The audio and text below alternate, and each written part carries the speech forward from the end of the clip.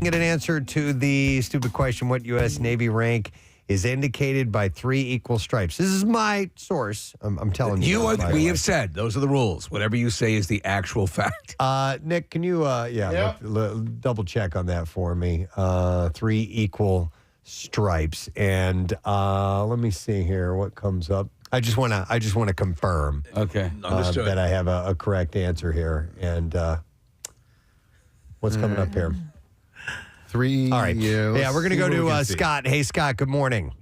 Good morning, sir. All right, Scott, 3 equal stripes equals what rank? I'm going to say your sources say captain. Yeah, we'll go with that. Yeah. Everybody else on the line says captain. I have commander. Oh, yeah. Yeah, we would have accepted commander. Well, captain actually looks like it has 4. Yeah. Whatever, man. Whatever. Captain Commander. I'm giving Scott the prize, but Commander is what we were looking Captain for. Commander, we need to talk to you. Dear Captain Commander, we are going to set Scott up with a $50 Metro Diner gift card. You can get hooked up every Friday and enjoy the gold standard in fish and chips. And that's at Metro Diner, including their newest fried shrimp and fried seafood platters available for dine-in, pickup, or order online at metrodiner.com. So I apologize to those of you in the U.S. Navy. I got that wrong, but we just gave away. You were a Green Beret, and that's where you got confused. I get a little confused. Different branch. All right. As Kathy was saying earlier, Will Smith had issued an apology to Chris Rock. I will read this. He on Instagram, he wrote, "Violence in all of its forms is poisonous and destructive. My behavior at last night's Academy Awards was unacceptable and inexcusable. I would like to publicly apologize to you, Chris. I was out of line and I was wrong. I am embarrassed and my actions were not indicative of the man I want to be. There is no place for violence in a world of love and kindness." He said, "I would like to apologize to the Academy, the producers of the show, all the attendees, and everyone watching around the world. I would like to apologize to the Williams family and my King Richard family. I deeply regret that my behavior has stained what has been an otherwise gorgeous journey for all of us. Please, God, don't take away my Oscar." Now, I added that last part. And that's really what I added that last part. But that's what it is. And he says something there, and honestly, think about that. Both Coda and the Williams sisters, this was a passion project, right? On both levels. Yep. He had something pretty historical with Coda. Yes. And that is gone. It's gone. And that is gone. No one will remember that. Yeah. I mean, it'll have to be brought up. It'll have to be, you won't remember this as the Oscars where the Deaf Cast won. Was the conversation yesterday like a Deaf Cast won an Oscar and this guy did this whole performance, the second only in history besides Marley? That's all gone. I mean, his own win. He just completely overshadowed his own amazing performance and by being an idiot. Were Venus and Serena there? They were there. Yeah. I haven't heard anything from them yet. Yeah, no, I know because he said they say they're Team Chris Rock. But he says, I hope they didn't see that. How would they know? They were sitting right there. Yeah. What do you mean? Yep. Do you think he started walking up because he's pretty close to the stage where he was seated? He started walking up, not knowing what he was going to do, and then when he got face to face with Chris, was like, "Well, probably started with the purple nurple, and then ended up got your nose." He starts with that. Got your nose. Yeah. I got your nose. No, Case, I think, honestly, because he's laughing at first, and then you look over, you see Jada, and she's obviously rolls her felt eyes. hurt by it. Yeah. And then he saw that, and he's like, uh-oh. She saw me laughing. I better do something now. Yeah, and I think that he walked up there and was kind of covering his ass a little bit. I think there's a lot of credibility to that take. I've seen, I was reading a lot of reactions, and there are people on either side from celebrities as well that are saying he did the right thing by defending his wife. And I still can't get behind the whole defending his wife thing because short of smacking someone in the face, there's something else you can do. Right. You can defend your wife by simply saying something. From your seat, you could have said, "That's not funny." Or to even make a bigger impact, walk up on stage and say something. As I had originally suggested, if you want to say, "My wife suffers from a condition, could you please apologize?" But short of assault, you can defend your you can defend your pride, your wife's pride, whatever it may be, without going that far. I also think there's a level of it where surely everyone knows this because we're high-profile figures.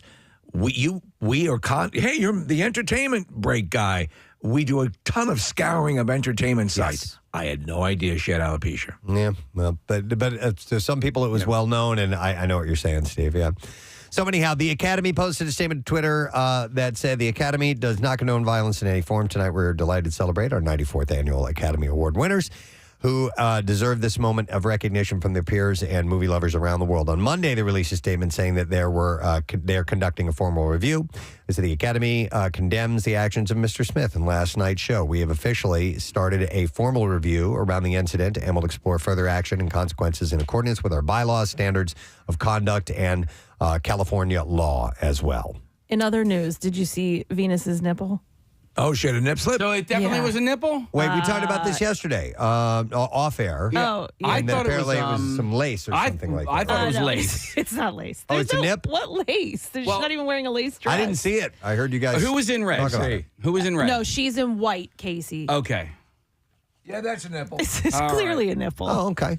Was it when they were introducing Beyonce to sing? Oh, no, Case. It was when Will was up there speaking and he said thank you to them and the camera zoomed in on her and she kind of was like, just had like her hands crossed. Your nipple back your dress. So it kind of moved wow. the dress and it probably was like what she has looks like some wiring. There was probably tape and it just looks like it came off. A little bit of everything happening this year. Yeah. Oscars, didn't it? Listen, we have an Oscar where a nip slip doesn't even rate. Doesn't even come in. It doesn't even Does rate. It's not even come in in. the top 3, Preston. Yep. I have a suggestion on how to fix all this. Sean Penn says that he's going to smelt his Oscars. Right, because He's they gonna didn't melt have Vladimir. them. Take away Will's good one and give him back a melted one. There you go. It's kind of in between. Yeah. By the way, some Twitter users commented on the possibility of Smith losing his Oscar, saying if we are talking about taking back Oscars, let's start with Roman Polanski. One user wrote, another comment of the Academy spent decades ignoring rape by Harvey Weinstein before it was forced to remove him from its membership and never once took action against violence by Roman Polanski, and so on and so forth. Or Mel Gibson, who continues to promote hate. So these were some comments. Now, our union, SAG-AFTRA, wrote, as the union representing presenters and other performers working on the Oscars, SAG-AFTRA is focused on ensuring our members always work in a safe environment. The statement said, violence or physical abuse in the workplace is never appropriate, and the union condemns any such conduct. The incident involving Will Smith and Chris Rock at last night's Academy Awards was unacceptable, and we have been in contact with the Academy, Motion Picture Arts and Sciences, and ABC about this incident. We'll work to ensure this behavior is appropriately addressed. SAG-AFTRA does not comment on any pending member disciplinary process. So the union might have a big problem with this. Oh, there is. So they apparently, and they say they don't comment, but obviously comments have leaked out of the Academy, is my understanding, and that there are people who are very militant about getting that Oscar back from him. They were totally offended by what Will Smith did. By the way, Chris Rock's team has denied that he released an apology statement to Will Smith shortly after Smith released his statement. A fake apology statement from Rock began circulating online. The Hollywood Reporter's journalist Rebecca Keegan tweeted, Chris Rock has not yet issued a statement. There is a statement going around purporting to be Rock that is not from him. Per his team, it's the one that starts, as a comedian, it can be difficult to understand, ... So that did not come from him. That's not from him. Meanwhile, Chris Rock's team also denied that Diddy's claims that he and Will squashed their beef, telling TMZ that Will and Chris have not spoken at all after the slap, because he was saying yesterday, Diddy was, that they patched it up and everything's fine. Why did he doing that? A source said that Chris went straight to his dressing room after the slap, and there hasn't been any communication between Will and Chris. A person in Chris's camp also said the comedian had no intention of staying initially. I heard that Diddy took Will Smith fly fishing and prearranged to have Chris Rock there. Oh. And then they spent the afternoon fly fishing and then patched everything up. Is that like a movie?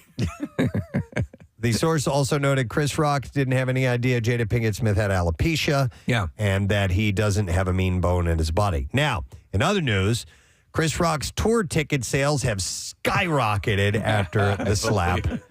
And according to sources, ticket sales for Rock's Ego Death Tour went from $46 per ticket on March 18th to a whopping $341 per ticket. Now, reports also say that Will and Jada are set to break their silence on the Oscar slap on an upcoming episode of Red Table Talk. Of course, they will. That's where they're going to do it. The couple will allegedly tape the episode as early as this week, so we will see. And by the way, making lemonade out of lemons. Outside of the whole slapping thing, the Academy Awards improved its ratings from last year's pandemic-affected show with an estimated 15.4 million viewers, up 56%. From 2021. That's quite a bit. And it was still the second lowest in viewership history, but it's headed in the right direction. So obviously that event wouldn't have fueled the... No. But what you... But outside of that... I think what you did have is, as we said, I'd seen more of the movies. Yeah. I think people have more of a chance to see the movies with the streaming options. Right, yeah. I mean, if you were to take bets, right, before the event and say, listen, one actor is going to slap another actor on stage. Like, what are the odds that it's going to be Will Smith? I'll tell you what, the odds Like just $1 went billion. up. It's like $1 billion. Like $1 billion. The odds just went up on us seeing an actual act of oral sex next year. Yeah. Because, how do you top that? Oh, my Yep. God. Among the changes that were made to try to boost ratings were removing 8 less attention-grabbing categories, such as film editing, production design, makeup, and hairstyling from the broadcast, and allow fans to vote online for their favorite film to be recognized during the show. So that's all the Oscar stuff. Well, one more thing. One more. Oh, yeah? Well, it may have summed up how many people felt after watching the slap at the Oscars. How can she slap? Page 6 reports that the image of Nicole Kidman reacting was actually from earlier in the day. Now, I did not see this. Yeah, you could tell. She had sort of like a grinning thing with her, like, oh my gosh. Okay. But in fact, there are a ton of pictures out there purporting to be celebrities' reactions. And half those celebrities weren't even there. Yeah, Right. this reaction took place at like 4:30 in Right. the afternoon while guests were still arriving, so it had nothing to do with that. There's a picture of Jackie O climbing out of the back of a limo, and it just was not there. All right, so Us Weekly reports that Love is Blind host Nick Lachey allegedly tried to grab a photographer's phone as she was trying to take a picture of him and his wife, Vanessa Lachey. And he said, last night after enjoying a great dinner with my wife and our dear friend, the paparazzi harassed us as we walked back to our hotel. I clearly overreacted. I've been in this game long enough to know that their antics are sadly part of the deals. I like Nick Stupid of Lachey. me, he said. Yeah. I like him a lot, too. and he did. You look at certain people who manage to have no issue, and for the most part, Nick Lachey has been in that camp. What are they doing? They're not. Hey guys, sure. And then I'm going to move along. It's not that there are some real scumbags in that group that are trailing you, but look at people like Tom Hanks, who's, navigated, big star, navigated, and never ends up with an issue. Right. Do you think any of these laws may change over the years? Paparazzi laws? In general, because there are, everybody has a camera on them. Every person essentially has a camera on them at all times. And so when these laws were sort of created or whatever that protected the paparazzi, not that many people on the street were carrying it. I don't know. It's a good question. Because the more I look at it, the more I side with people. Like there was a basketball guy last week who he ended up getting fined $40,000 or something like that. But this a-hole, was like courtside, chirping, and he just walked over. He grabbed the phone and he tossed it, and then he ended up getting, $40,000 fine. And I'm like, so you're siding with whom? I'm siding with the basketball player. I'm this fan who just thinks that he has the right to say and do. Are they forbidden from doing that? Well, I don't know. Is that a courtside rule? Everybody's that you're emboldened these days, Right. and I think the more you see, people go, Sure. no, this doesn't fly. If the guy wasn't in violation of any rule, and as somebody sitting courtside, you can say, "Hey, you suck," or do that. Yeah, I unfortunately don't know the entire situation surrounding the. What happened? You're pre-med, not pre-law. Exactly. No, I'm trying to think of who it was. It wasn't Jokic. It was. It was a Meadowlark Lemon. It was not. You can get back to us on I'll that. get back to you on that. Curly Neal. It was Curly Neal. I like him. He can dribble. Yeah. God rest his soul. Actor Ezra Miller has found themselves in trouble with the law once again following a late-night Sunday evening arrest in Hawaii. The 29-year-old actor was at a karaoke bar in Honolulu on Sunday evening where they were harassing a number of patrons with belligerent behavior. The police were called around 11:30 in the evening, and they arrested the actor on charges of disorderly conduct and harassment. Now, there are rumors that he has substance issues. And there are Sounds rumors, like it. that in the Justice League, when he started running fast, that wasn't a special effect. Oh, yeah. okay. That So- he is taking something. The incident happened at a karaoke bar in Honolulu where Miller was reportedly hurling obscenities at a 23-year-old woman singing karaoke. The actor was trying to grab the microphone from the woman while she was in mid-song. I like Ezra Miller a lot. I think he's definitely got some demons he's got to take care of. Later on the night, they lunged at a 32-year-old man who was playing darts at the bar. The bar owner reportedly asked him to calm down numerous times, though that tactic seemingly didn't work, and police were called. They placed Miller under arrest and took them into custody, and it's unclear how long Miller was in custody for, although they posted $500 bail and was ultimately released. And it wasn't the first brush with the law for Miller or controversy. The actor having been arrested for drug possession in June of 2011. Yep. And also a couple of other things along the way.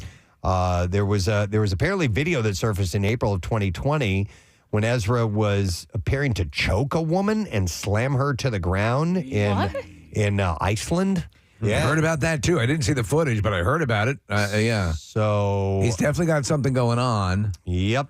And we'll see, because the Flash movie is coming out. They're building a franchise on him. I think he's really good in the role, but what are you going to do, man? Yeah, get it together if you can. Get some help. Let's see here. How about this? According to Us Weekly, Tayshia Adams said it wasn't a surprise to hear that Jesse Palmer is hosting the new season of The Bachelorette. Oh, it didn't surprise me at all. No. Tayshia said, Caitlin and I both had a phone call weeks prior saying that they were going to go forward with Jesse, so it wasn't really a surprise. They're going forward with Jesse. I'm very happy for him. I feel like he's been so sweet and kind to me, so I wish everybody that takes that position the very best, and I'm excited to see the new season. Hey, girl, want to go to DSW?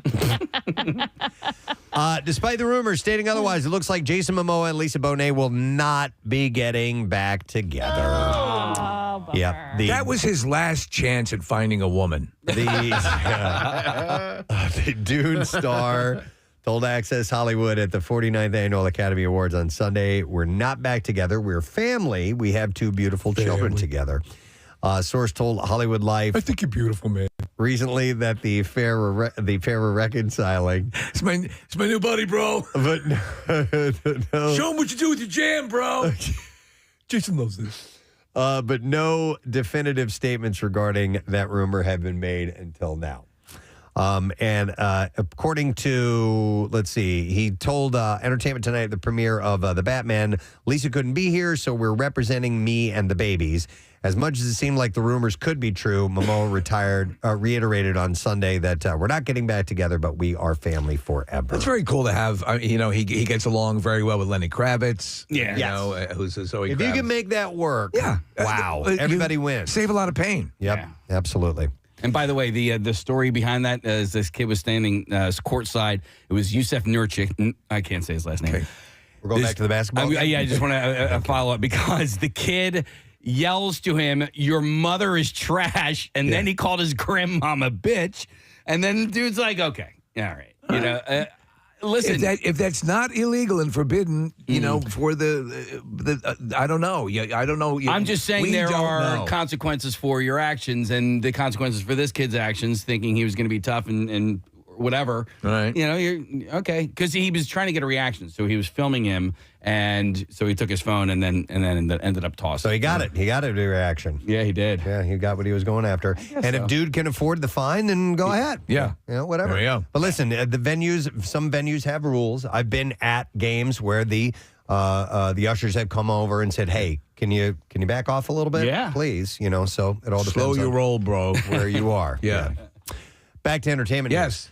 Following the backlash that she received from the advice that she gave to women in business during a recent interview with Variety, Kim Kardashian has offered an apology. Sorry. On Good Morning America yesterday, she told Robin Roberts that her "get your effing ass up and work" comments were taken out of context. Hey, both your names begin with the same letter, too. She told that to Robin Roberts.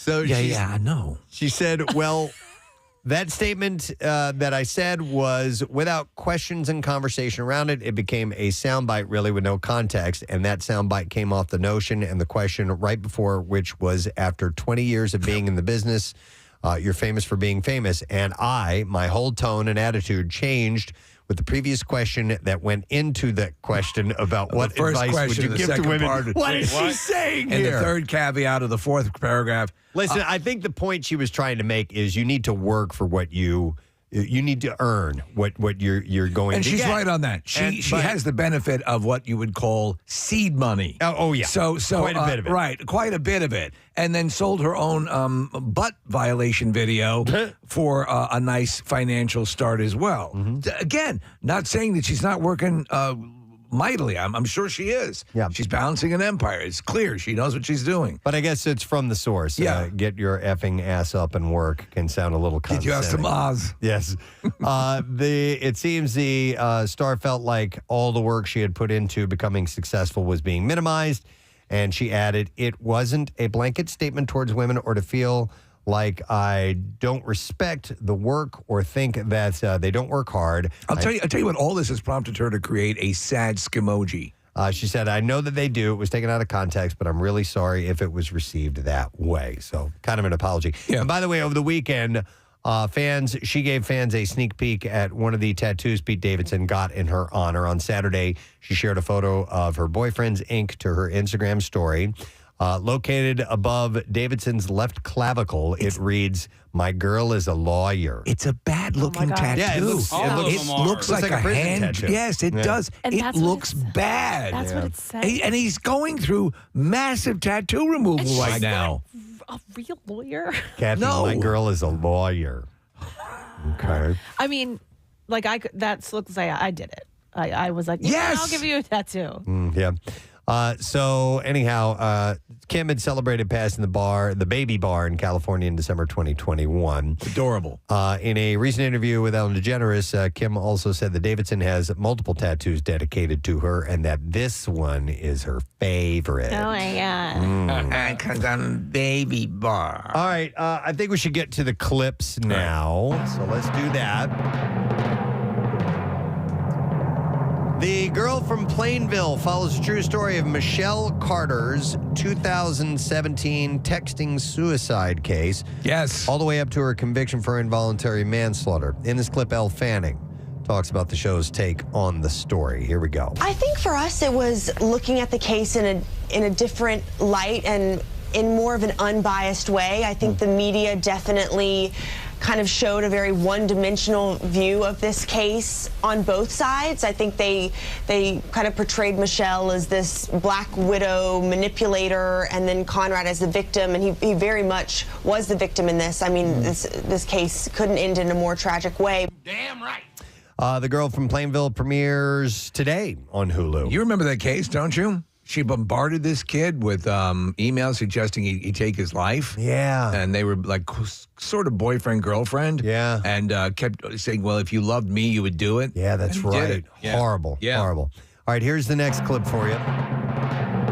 The reimagination of the beloved sitcom Bel Air, which follows Will Smith's journey from West Philadelphia to California, wraps up its first season this week. And in this clip, Jabari Banks shares his take on the lead role. He's so witty, and he always has a snapback, like almost instantly, for anything that Uncle Phil has to say or Carlton has to say. And just, that dynamic is so fun and exciting and electric to watch.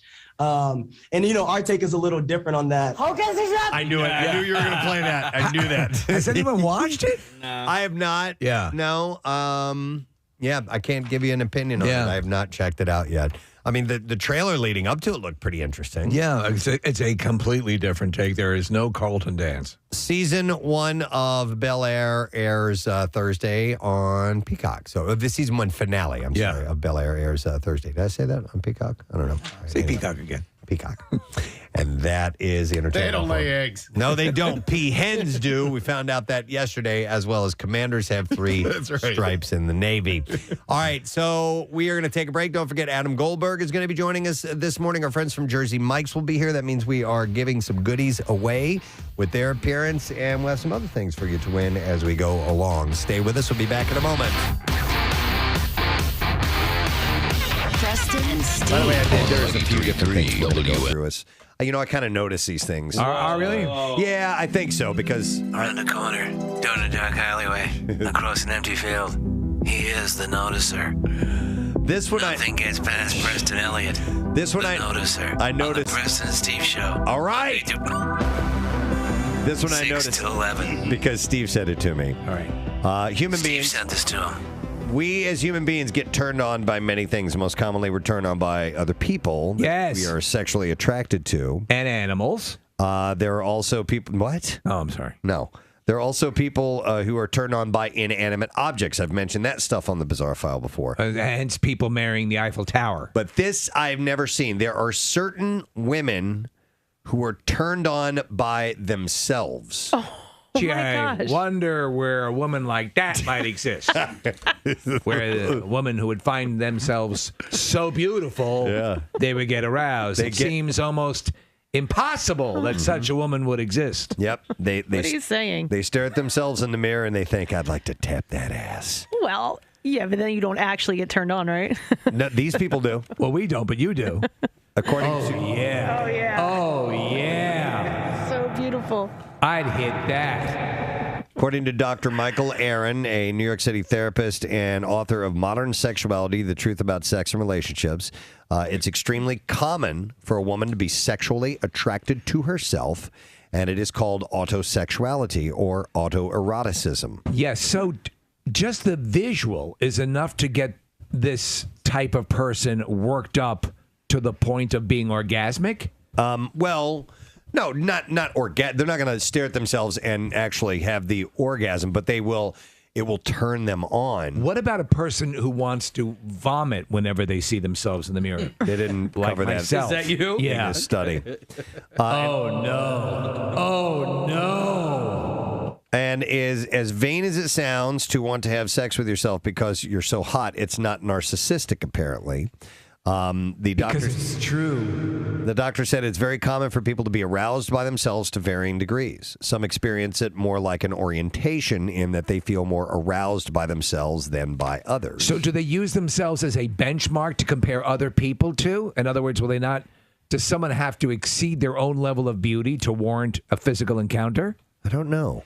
Another psychologist explains the easiest way to tell if someone is autosexual is from their self-pleasuring habits. If she's picturing herself and thinking about how sexy she is when she's doing that, Oh, that's weird. Is that how you do it, Kathy? Stop she's it. obviously an autosexual. Do you think are you thinking of yourself mostly when you're going at it?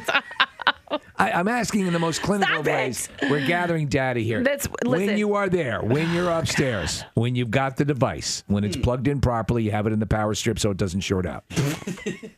Need a surge protector. Right, or surge protector. How do you see yourself dressed in your mind? God, I'm not answering you, but listen, I do think this is very bizarre. Yeah? They said it's more common than you think. It says if you think you're dating an autosexual, you're probably not, though. It says, according to the original definition of the word by ego analyst Dr. Bernard Affelbaum, an autosexual is someone who has a great deal of trouble responding to someone else sexually, but can respond fairly or very well to his or her own touch. Have you ever made love to yourself thinking of yourself? No. Yeah. Not that I I've know made of. love to myself thinking of you. Oh. Yeah. And we have to talk. We do have to talk. No. That's, how is I don't even see how that's possible, but some people apparently Would someone like this spend a lot of time looking at themselves in the mirror? I would think so. Yeah. Yeah, I would imagine that is definitely part of it. So. Well, I don't know who would be like that. Continuing on the sexual. More stuff from the sexual world. Yeah. The noticer notices everything, even sexual stuff. All right, this other thing I noticed, and this speaks to a few of the people here in this room. This speaks to people in this very room. It does. The noticer has no pity on you. Who here does not shower in the morning? Me. Nick and Casey. I don't shower. I shower at night. Nick, Casey, and Kathy are disgusting. Marissa, you shower in the morning. No, you're showering right now. She's big. They're all pigs except for two people. She's pointing down. No, you shower at night? She cleans everything but her cooter. Oh my! That's wretched. I thought No, that's what you shower meant. at night. She showers at night as She well. showers at night. Okay, so Steve, you and I are the only morning shower people. Oh, yeah. But apparently... Morning shower people. Shower every morning, it's true. Morning shower people. Shower for me and for you.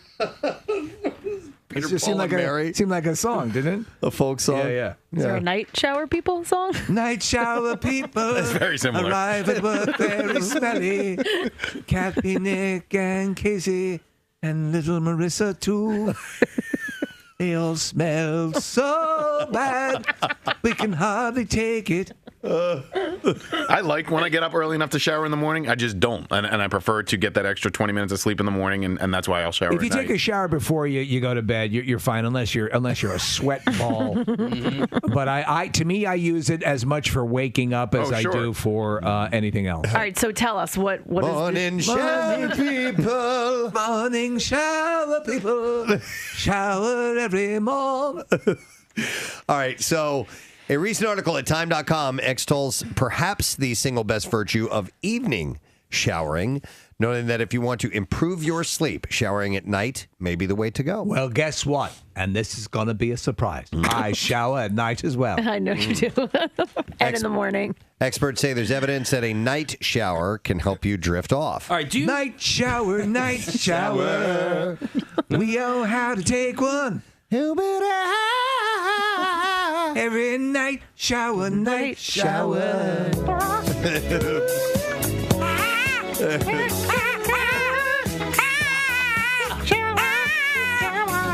Grabbing for the loofah. Getting in the shower. All right, what were you were about to say? I was going to ask if you shower fully. Night shower, night shower.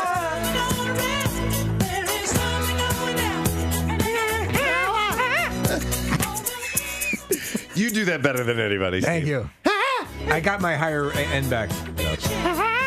All right, what were you going to say, Case? Do you fully shower both times? At night and I in the do morning. military showers. I have no hair. Yeah. That cuts down on a lot of it. However, at night I take a hot shower, a quick hot shower. In the morning I take a wake up shower. Okay. I don't know why I just enjoyed you saying, I have no hair. The goddamn truth. I just have In case no you haven't hair. noticed, the same way Kathy pleasures herself to herself. Oh my God. I have no hair. Do you guys ever wash your pubes with shampoo? Oh my God. Every day. Why? With shampoo you do? Yeah. Okay. No. Not I do soap? No. Toothpaste. When I'm washing my hair, You then go downstairs. I have soap in my hand, so Right. use it on your pubes. He's got soap in his hands. For his nuts, he's got soap in his hands. For his nuts. This is getting ridiculous. Get it? And there are I had 3 hours of sleep last night. And there are real Sing along. musicians in the green room listening to this.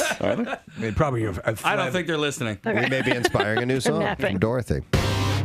Bedazzled Shimmer Takes Time. La La Land star Emma Stone was the belle of the ball at the Oscars, winning Best Actress, and she's absolutely looking the part. You go back and see the photos, thanks to some seriously hardworking fashion folk. Stone's stylist, Petra Flannery, That's who I use. tells people that her custom Givenchy haute couture gown, custom made by Riccardo Tisci, took a mind-boggling 1,700 hours to make. Oh, Wait a second. Okay. my God. Wait, I mean, you guys don't like to talk about this fashion stuff, but she I do. had the best dress on at the Oscars. She looked gorgeous. She did look gorgeous. But Kathy, I thought it was a really beautiful gown, but 1,700 hours. Well, if you, I mean, there was all kinds of beads on it. The bottom was fringe. I mean, that's all handmade. You know, that's all done by hand. All right, Miss Fashion Maven here. She also had a lot of the of glitter. It appeared glitter in her makeup. Mm-hmm. Did you notice, like around the eyes and stuff like that? Yeah. Is that stripper glitter thing still happening? Well, I think that she did it a little bit more glamorously, not Okay. so I wouldn't Not call like a it stripper. stripper glitter. But she looked great. She Whatever did. she did, she looked gorgeous. Do you think she's I mean, because Preston, that's your style there. Yeah, porcelain skin, red hair. I think she is pretty. I think, once again, some people make her to be this stunning goddess. I just think she's very pretty. Yeah. I agree. Yeah. And she looked good. Ricardo Ticci says it took over 1,700 hours and a team of 11 from the Givenchy Atelier. He said it's a beaded wonder. When you see it up close, it's a marvel of various golden color shapes and sizes. It's just incredible. Yeah. You get closer, it's like, oh my God, it's the Ark of the Covenant. I get weak in the knees.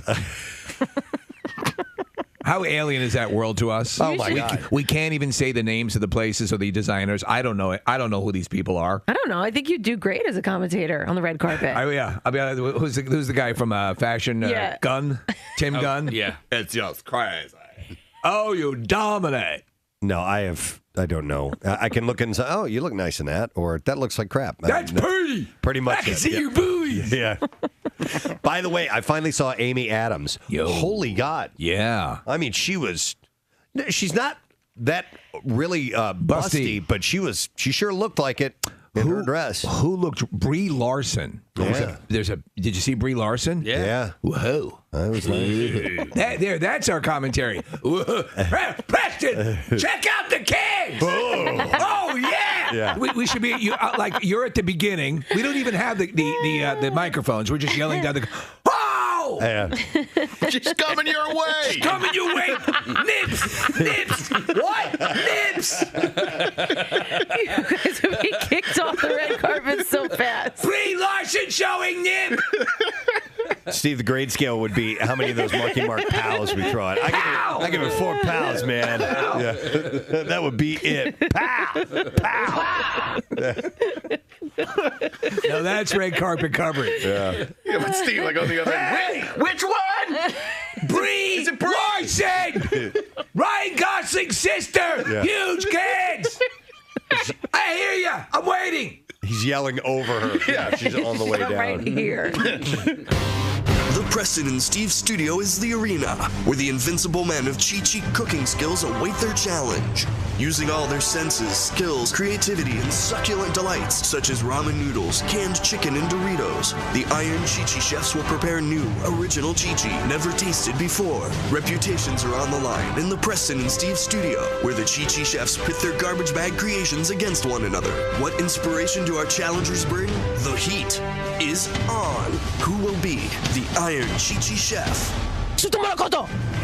Wow. All right. Love it. And by the way, the winner of the competition will get the coveted Golden Shiv Award. That is correct. Which we have in the corner. Now, to paint the picture, our studio has been completely done up to mimic a prison. So we actually have bars on the windows. We have our various cell blocks, which are numbered and lettered. And I would like to we also have thank what you Alan can. Minch, who is the owner of Minch and Sons Custom Signs. Oh, I like that. They are in Egg Harbor Township, and you can follow them on Instagram and TikTok. They're at Minch and Sons. And I'm going to add this to the Sharts and Crafts display that I have in our office. It's growing. And this is, Kathy, did you see this yet? It is No. Pennsylvania license plates. That's so cool. Snippets of Pennsylvania license plates that have been put together to spell the word Gadzooks. That's awesome. And so I'm going to add this to our Sharts and Craft cabinet, which we're starting to get some things. So if you have a little handmade Preston and Steve Show gift that you want to send to us, as long as we have room, I love it. I will add it to this display that will slowly grow. Is that Latin on the bottom? Vici? Yeah, VZV's.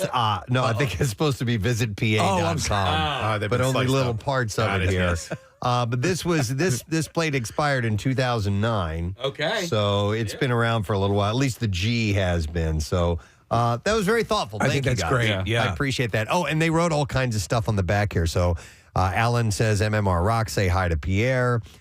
Jack signed and drew a little face. And Coop, it says Coop Dog Henry. So like the whole family signed this. And it says Cuba has missiles. Where's the watch? I don't know what that means. Oh, What? that's where Gadzooks came from. That's Steve's origin joke. Wow. In 2005 or 2006 or whenever that first happened here in MMR. Yeah. You are correct. Yeah, and so Steve was Steve was talking Get about out of here. Maryland giving the Pound watch. sand up your ass. I remember that. Pound it up your ass. There was when my parents moved to their house when I was a kid, my dad had this weird dream of decorating the entire garage with license plates. Oh, I bet your mom loved that. Loved every second of it. And I think he got about 8 up, in the garage. And at one point in the mid 80s, we're like, yeah, Dad, he can probably take him down at this point. Enough of this. Hang on, Marissa. Nick, I had the same exact idea. Well, I wanted to do my entire bathroom with fortune cookie fortunes. Okay. Oh my God. Those things are so small. They're tiny. That I saved them for 3 years, and I end up with one piece of art that's about 12 by 18. Okay. You picked the smallest thing. You're gonna go a little smaller. Cookies. That's like wallpapering your house with stamps. Wouldn't that be great wallpaper, though, to have in the bathroom? It would be neat. I mean, Kathy, go away. The collecting. No. Take a picture of it. the collecting of Yeah. anything. Yes. The only thing- it just takes up space and collects dust. The only thing you're It's into is stupid. Batman collectibles, right? Diced. Do you dust them? I do. Yeah. I mean, listen, no, I'm not. I don't. They take up space and they collect dust. But if you're dusting them, at least you're doing that. But it's art. Can't have a dusty It's Batman. art. Yeah, you hate art, don't you, Kathy? Yeah, No. you're if it collecting it. I mean, no, that's no. Listen, fortune cookies notes are not art, but no, a nice piece of art. No, I don't hate that. What about live, laugh often or whatever? Those okay. What about Precious Moments figures? Does it have to be the right hell quote? No. What? Snow babies? Does it have to be the right quote on a piece? You know of what? wood? I'm not a quote frame a quote and hang it in the house person. Okay. We learn more about Kathy Listen, every day. she's spending too much time with her dream catchers. Yeah. All right. Anyhow, thank you for the license plate. That's really nice, and we'll hang that up. I wanted to chat quickly about this accident that happened on Interstate 81 yesterday. It was a pileup, and reading this, I think, Kathy, they said they estimated between 40 and 60 vehicles. Yeah. Yeah. Including multiple tractor trailers, took place, and it was because of this quick whiteout that came out of nowhere. Yeah, the tractor trailers. I mean, that was it was one after the other. It looked like the truck convoy. It looked like that sort of thing. And again, the velocity is what I think really exacerbated this issue because it became so hard to see so quickly. And Nick, you're pointing out the cars traveling. The car. There's one scene there. They're sweet because it looks like a movie. It does in the video where a car just barrel asses. Oh yeah. And the guy clearly came out of the snow out of the whiteout, couldn't see where he was, full speed and careens into everything. I watched the video 4 or 5 times in a row because every time you watch it, you notice new things. But the one that got me was that the guy got out of his car. He's just kind of walking around the car, taking a couple pieces of broken metal off of it, sort of tossing it to the side, and then all of a sudden, out of nowhere, another car comes barreling into his at 40 or 50 miles an hour. I was yelling at the screen when I saw him get out and just hang the out car there. spun away from where he was and nearly clipped him. I mean, it really could have killed him. And I know 3 people died in this, so I mean, at least 3 people. They might even be more at this point. It's amazing that it wasn't more off the bat. Yeah. I mean, it's terrible. 3 lives are lost, but I mean, look at we're looking at a picture of it. I can't believe it was only 3. I've heard stories of things like this, and I've also heard where a bridge has given out, and somebody will know, and they'll be standing on the side of the road going stop, waving their hands, and you're in the car, you have no idea this is happening, and in that video you can hear people going whoa, whoa, whoa, whoa, whoa, whoa, and it does no good. You're doing what you can. Honestly, think about it. If you're cruising along or you're going over a bridge or you're on your way somewhere and you see someone at the side of the road flailing like crazy. It doesn't necessarily register. Right. All right, so here's audio from the crash. Here we go. You can hear these vehicles hit. Yeah, that's them just slamming into each other. Another one coming up here. Jesus. Another one. And another. Yeah, you can hear them obviously yelling to try and stop them. It's wild how it can obscure, like even the other night I was in my own neighborhood and somebody in the middle of the road was walking clear night. Yes, yeah. And I was right up on him before I realized that there was somebody in the road doing 25 miles an hour. Right. And imagine being in either fog or whiteout condition and you're zipping along and the next thing you know, boom, it's a stopped vehicle right on in that front stretch. of you. And the thing is, it's a straightaway. Yeah.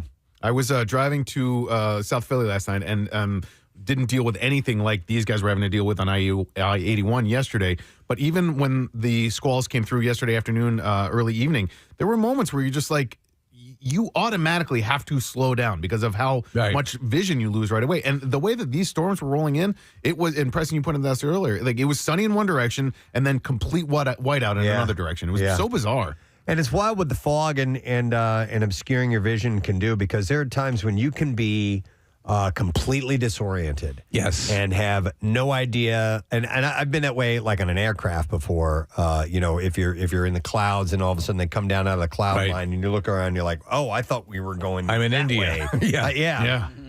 And that the same thing can happen in fog or whiteout in those blizzard conditions. So years ago, I was traveling. I did a comedy show on the Canadian border. Traveled up from Long Island to Pottstown, right on the border of Canada. Played a school, and then I was driving back through the Adirondacks, and a blizzard hit. So, I mean, it was, Preston, it was whiteout. I mean, so I could see a little bit off the lights of my headlights. And I'm in the mountains. There's nothing I can do. I've got to keep moving forward, much like my Poconos experience coming back from the Cardboard Classic. So there was clearly a truck had been traveling ahead of me. And it left a crease in the snow, one of its tires. Oh, wow. And I was following that crease all the time, going slowly, Casey, but not too slow where I'd get jammed up and get stuck in the mountains where someone else could rear end me and knock me off the edge of the cliff. So I followed that. I must have followed that crease in the snow for about 20 miles. Oh, my God. See, we drove in the blizzard of 96, and looking back on it, like, why were we even out? My buddy, we were on spring break, and my buddy lived in Blackwood, New Jersey from college. Yeah. We all went to a party at his house, and then we were driving basically all over God's green earth. And I'm like, why were we out that night? Yeah. It's not like the blizzard of 96 just crept up on us. But but it was bad when driving out, in the middle of this. I completely hear you. In this case, they're driving. You would leave yesterday, and okay, everything's fine. Like, I mean, I was presented the option driving back from the Poconos after the Cardboard Classic. We all were, and we actually all chose to. Except for me. Yeah, no, I started to drive. Yeah. So did I. So did I. Called We all, me and said, "Don't check out of our rooms. Yeah. We have to go back." That's why we went back to the hotel, and then we found out that Steve made it all the way back. 1 year later. Somebody texts in and says there's pileups on 81 pretty often from the snow and squalls up here. None as bad as the one yesterday, though. So Yeah, apparently just a few weeks ago there was one. Yeah. Right? Oh, okay. And there's a lot of trucks on 81. So 81 goes all the way down like the Shenandoah Valley in Virginia, and it's just a trucking route. So there are always a ton of trucks on there. Somebody said my friend's brother-in-law was in the tractor trailer that got hit by the tanker truck. Jeez. So hopefully he's okay. Because there was it looked like there was an explosion. Yeah, there was something. Here's another text that says studies have shown that people actually speed up in fog because they lose place markers like trees or telephone poles to judge their speed. Not me. So you kind of might naturally not even realize that you're speeding up a little bit because you just don't know. Oh, I see I see that point. You have no relative. Reference. Yeah, no. That I guess maybe that would make sense. Yeah. Somebody said yesterday afternoon, squall from 95 highway southbound Citizens Bank Park disappeared in the squall as it inched towards the highway.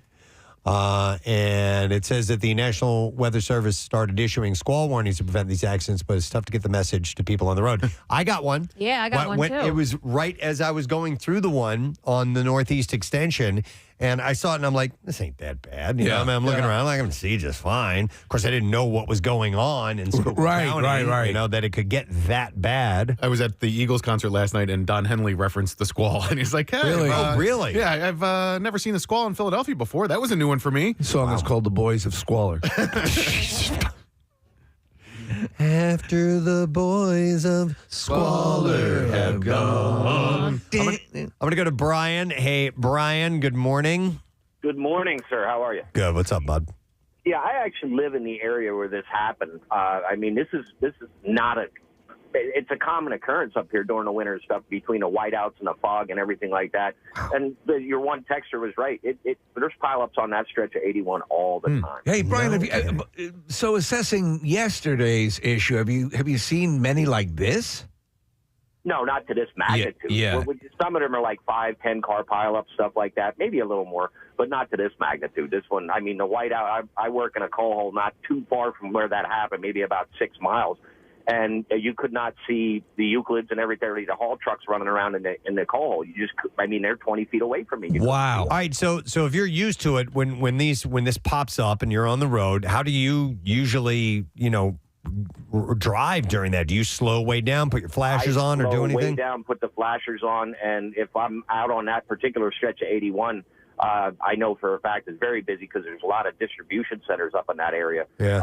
I get off that road as quick as I can, and I'll just sit on the back roads and everything. I won't sit on 81 at all. Okay, so that's a smart method there. You immediately, when you see it that bad, and this is what other people have been echoing this, get off that stretch of road. Mm-hmm. Right. Oh, absolutely. That place, like I said, it happens several times a year. Okay. All right. Thanks, Brian. Appreciate it, man. No problem. That's scary. Yeah. I would get. So there are a couple of issues with yesterday's accident. They had this one young lady who was talking, and she's like, she was part of the pile up, and then quickly she realized as cars were colliding and careening like bumper car style all over the place, she had to run up on the hill to get up high so that she wouldn't be, in the line of all of this carnage. Yeah. And a lot of people finally go, oh, okay. These pileup, these chain reaction crashes. That's kind of Rochelle has a fear of that, and so that's why when we pull up to a stoplight, she leaves like a full length between her and the car in front of her, and I'm always like, scoot up a little bit more. Get on that bumper. She's like, no, if I get hit from behind, I'm not going to slam into that car. And I'm My like, wife had to do okay. By the way, what is the law? I've never been that clear on the law. Let's say you're in a 5-car pileup, and that's like what happens now? Right. What are the legal obligations? Who's what at fault? Who's Yeah. at fault? I've always heard if the front end of a vehicle hits another vehicle, it's the person with the front end of the vehicle damage that is quote unquote at fault. Now listen, and regardless if you're there's probably circumstances, right. But I've always heard that, and I don't know what the truth is. Yeah, behind like that this or has not. got to be right. There's something Got to be there. some kind of leeway there. You would hope. Our friend Meredith said that there was a snow squall back in 2018. She said there was a pileup. About 8 cars right near her house, and so she housed everybody. She brought everybody in. The police came. They were talking to the people in her house. She would do that. Right, Meredith would do that in a She's heartbeat. right on the curve. She'd be baking, and she'd be arts and crafts. Handing out drinks and everything. Right. Yeah. Everyone comfortable? I'm knitting blankets for everyone. No, her house is right on the curve, so it's kind of in a precarious spot of that particular road. My wife was in she was a salesperson, had a company car, and her rule was, Press, to do what your wife does, which is leave a full car length between you, because it doesn't matter what the actual law is. Their rule was if you get hit from behind and you hit the car in front of you, then that is your fault. I think a safer thing to do is when you pull up to a light, move your car laterally. So because it's harder for it you'd have to roll over to hit the car in front of you. Right. And besides, it'd be side damage that you would get, and that you're in the clear at that Just point. being cautious. Sorry, I cleared my throat, Bill. I'm going to go to Joe. Are you all right? Do you have enough water? I'm okay. Somebody hi, get him water. Joe, you're on the air. I don't Good like to morning. hear that. Hey, Gadzooks, guys. Gadzooks, buddy, what's up? Not much. So I was stationed out in Hawaii in the 90s, and there's a road that goes from the Honolulu side over to the west side of the island, the east side of the island. Right. Yes. Holly Highway. So when you go up into a mountain, you go through a tunnel, and you come out on the other side of the island, and it's gorgeous. Yeah. But that side of the island gets rain all the time. And the highway speed limit is 50 miles an hour. So when I was first out there, I was like, 50 miles an hour, that doesn't. Well, you get through the tunnel, and it rains there often. I went through there one time. It was like a giant wall, like something out of Game of Thrones. Wow. Oh, so like one of those one of those. What do they call those? Not a supercell, but a. I forgot what they're called. Anyway, go ahead. Yeah, so as soon as you get out of the Microcell. tunnel, it's like you got like 50 feet, and you see this wall of water, and the visibility drops to nothing. And the problem is that you got a lot of tourists out there, so they think it's fast. It's okay to go fast. You go through the tunnel, they're doing 65, hit a wall of water, and accidents. Oh yeah. That happen. Oh yeah. We were on Joe. that. We made that mistake. We rented a Jeep. We took the top down. We're like, we're in Hawaii, man. Yeah. It's great. What could go We wrong? took the top down, Steve and I in Maryland. Yeah, yes. And we drove to the other side. I think we were headed to the North Shore. We headed up to We're Waimea. going to see all the waves. And we come out of the tunnel, and it's raining, and we don't know how to put the top back up on the Jeep. Joe, we witnessed this firsthand. And to complete the story, Joe, we were going to see the legendary Waimea Super Surf of Waimea. Yeah. We got there, it was glass. Yeah, it was in the summer. So we didn't realize the waves were on the other side of the island at that time of the year. Yeah. Yep. That's funny. All right. Thanks, Joe. Appreciate he's it. right, though. Thank you. Yeah. Like, do you remember we saw also they had a number of those runoff tracks for trucks that get into trouble? Yeah. Yeah. When you see that, be cautious. Yeah, absolutely. I will go to Mike, who's been stuck on 81 before. Hi, Mike. Good morning. Hey, you guys rock. Thank you, Mike. What's up, bud? Hey, I was stuck in on 81. I was on my way from Philadelphia up to State College on my way back to Penn State on a megabus. Yep. And we were driving up, and a huge storm started rolling through, and next thing you know, the bus starts slowing down. Man, there was a huge pileup, and we ended up getting stuck on 81 for just about 8 hours or so on a megabus.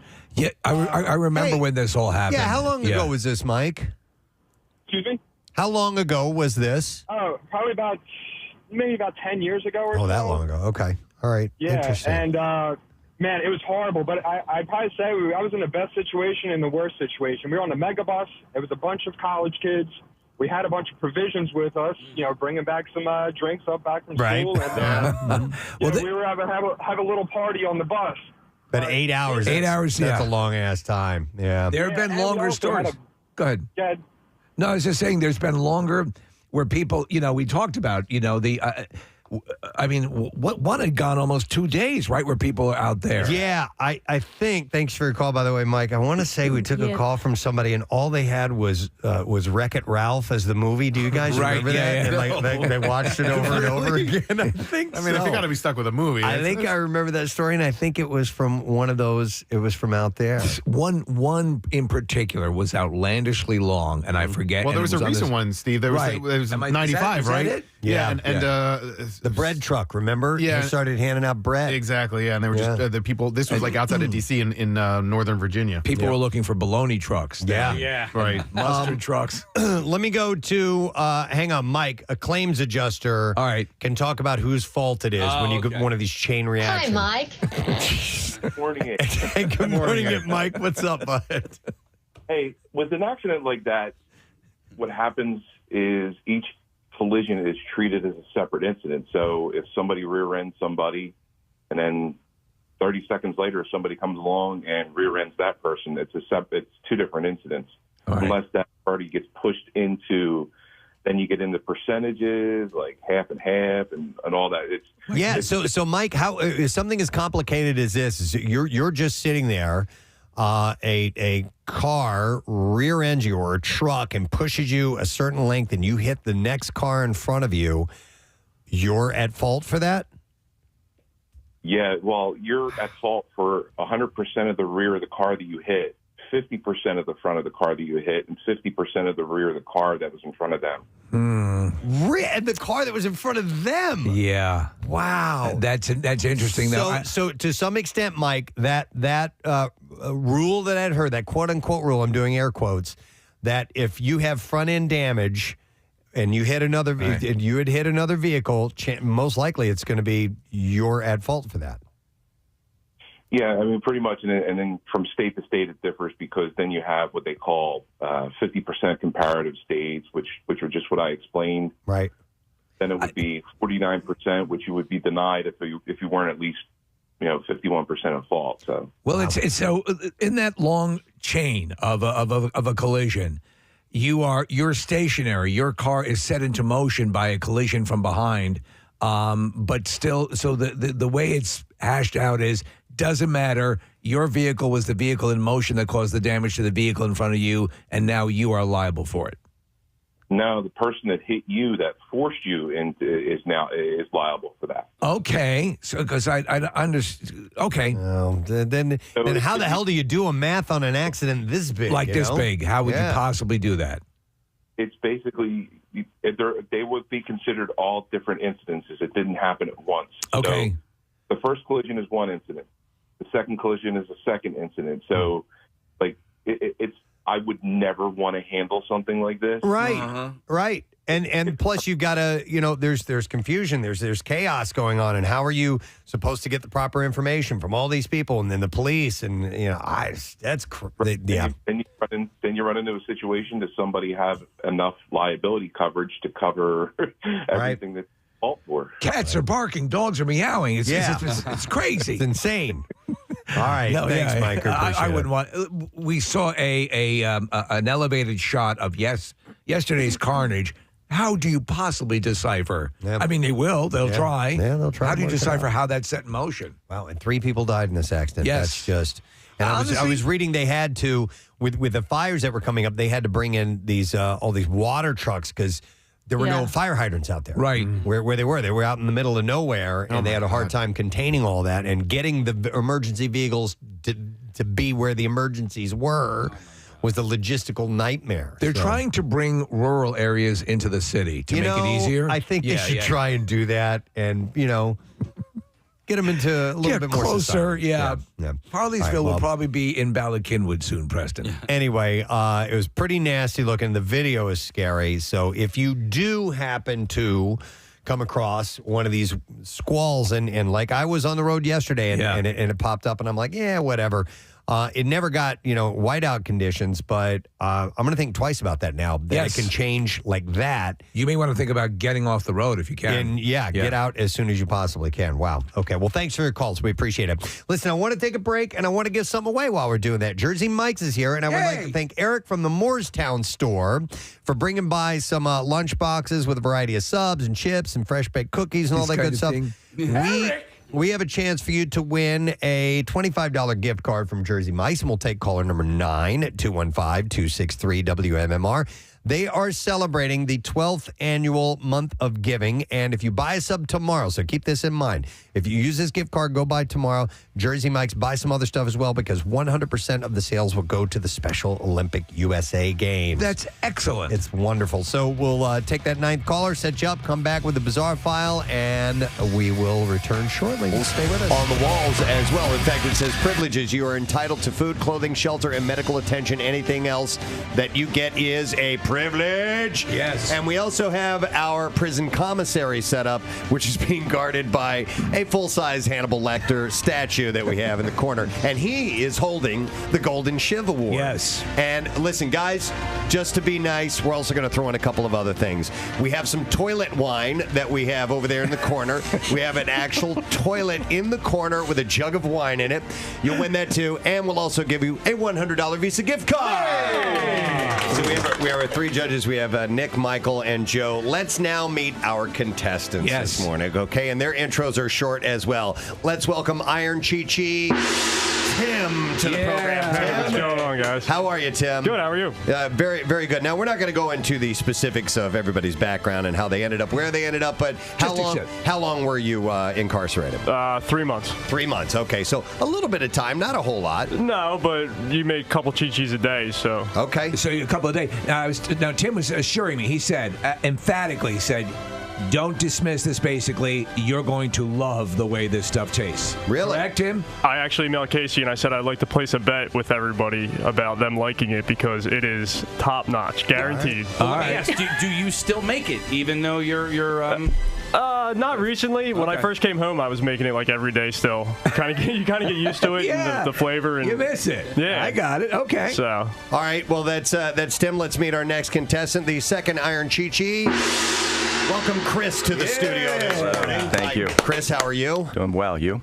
Doing well. And for how long were you behind bars? 24 months to the day. Wow. To the day? To the day. Wow. So you didn't get out for good behavior then? Nope. Okay.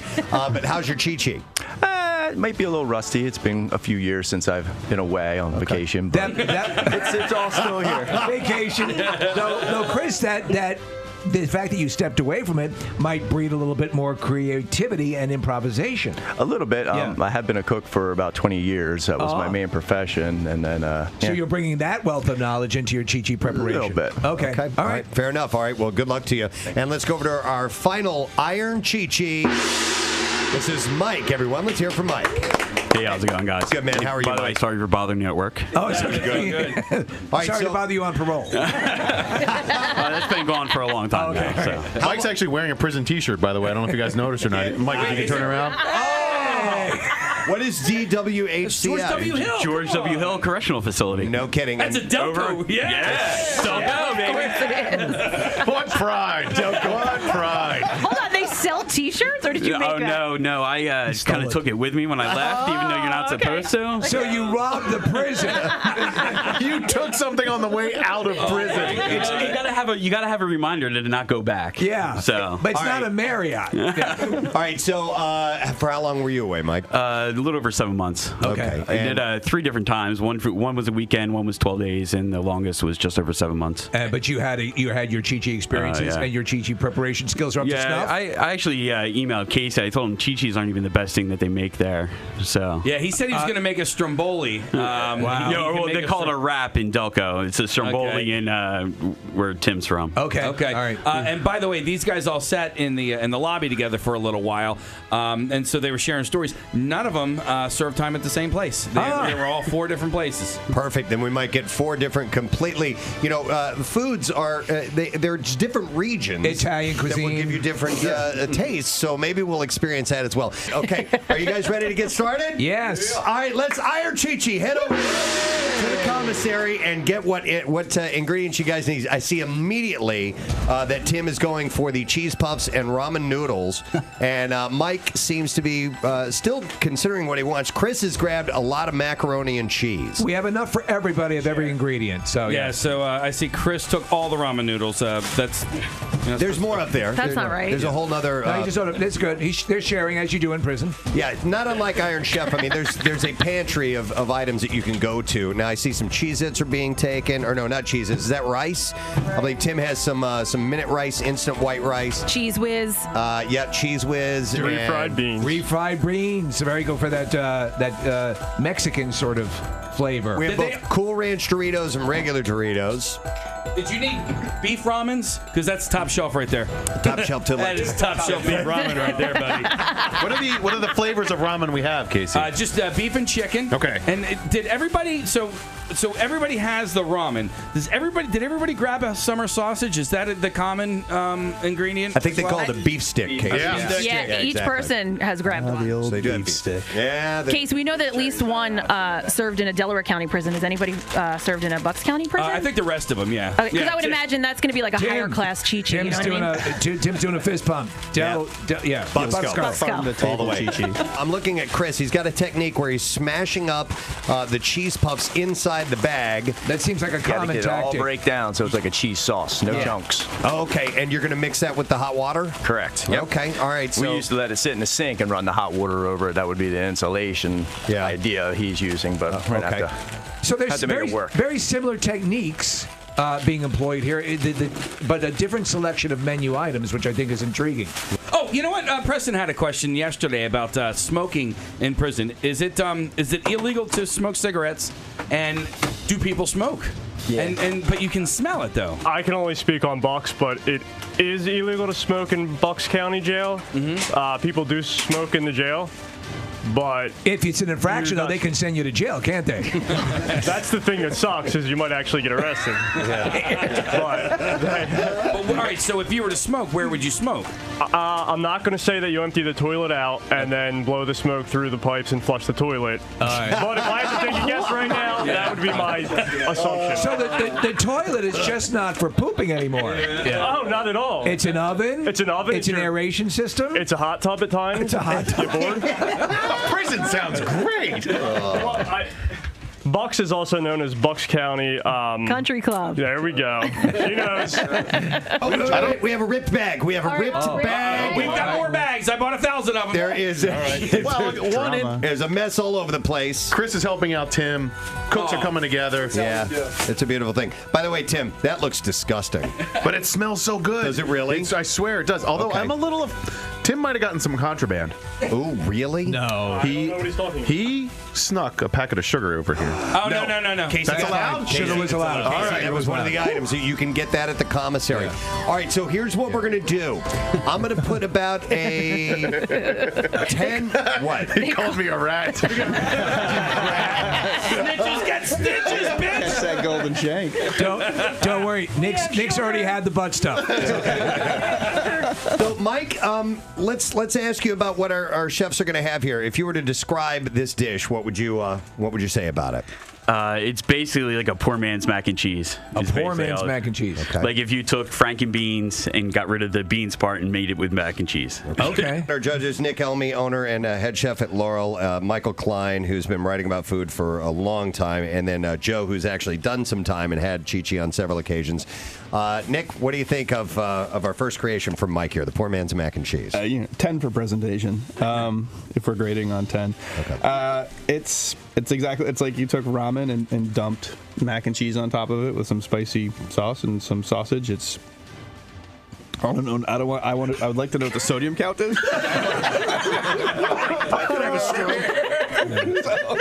This is disgusting. I mean, no disrespect, Mike. But You really sugarcoated it. it doesn't seem like there's much to it. The ramen, you did get the ramen soft, which I'll give you credit for, but it's just, yeah. It's just, The presentation though was incredible. Let's go over to Joe, the Chi-Chi master. Joe. All right. Well, from an inmate standpoint, it's pretty bad. Okay. We want to get that perspective. It's wet. It's super wet, and it's not. Oh, that's right. You like it dry. You said that earlier. Okay. Mine's pretty short and sweet. Never used the pickles before, so I just have the shredded cheese, some of the cheese whiz, beef stick, ramen, a little bit of hot sauce. What do you think of this particular Chi-Chi? Again, it's super wet. This one, there's less taste. It's I'm absolutely convinced that I only ate this stuff because I was starving.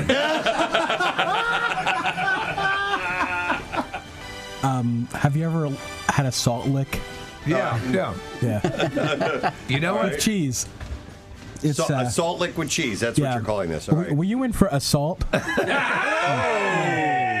Michael, very good. Sorry. All right.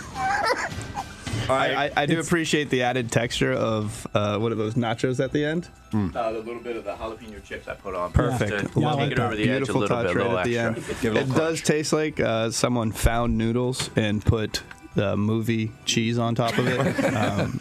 But I mean, yes, I like it a lot. Okay, he likes it a lot. Really? Those words came out of your mouth? Chris, write that down. Nick Elmy of Laurel says, I like it a lot. Tim is garnishing the dishes. Yep, and Marissa is handing them out now. So we'll start this time. We'll let the judges sample this, and it definitely looks completely different than the others. The other ones definitely had a very moist consistency to them, a little bit on the runny side as well. This looks dry. And we'll let our judges get a quick taste, so it's going to be completely different. Much different. Yeah, in fact, it's dense. This weighs a lot. All right, let's go to Michael Klein. You need a little bit more time on that, Michael? Oh, no. Oh, okay. You sure? Keep eating, Mike. Go ahead. I got plenty more. I actually like this one the best. I think. Even though there's more texture to it. Okay. And that helps out. I think. Okay. All right. Let's go to Nick Elmy next. I'm actually going to agree with that. Like, wow. It has a very rice and beans kind of flavor to it. Okay. The Doritos on top are pretty good. It's, I mean, easily my favorite one. Okay. And then let's go over to Joe. What do you think? This is definitely the best one. So would you agree, Nick? Yeah. That it's definitely the consistency thing, right? Yeah, it's a consistency thing. All right. So it is. It's time. It's officially time to find out who our Iron Chi-Chi champion of 2017, because we have to do this every year now. I think so. We got to wait for some next people to get out of prison. Let's go voting one at a time. We have Mike who went first, Chris was second, and then Tim was third. Let's start with Nick Elmy. Nick? Yeah, I think Tim looks the most dangerous, so he wins. So we have one vote for Tim. Let's go to Michael Klein. I'll go with Tim also. And is it going to be a clean sweep, Joe? It is. Tim!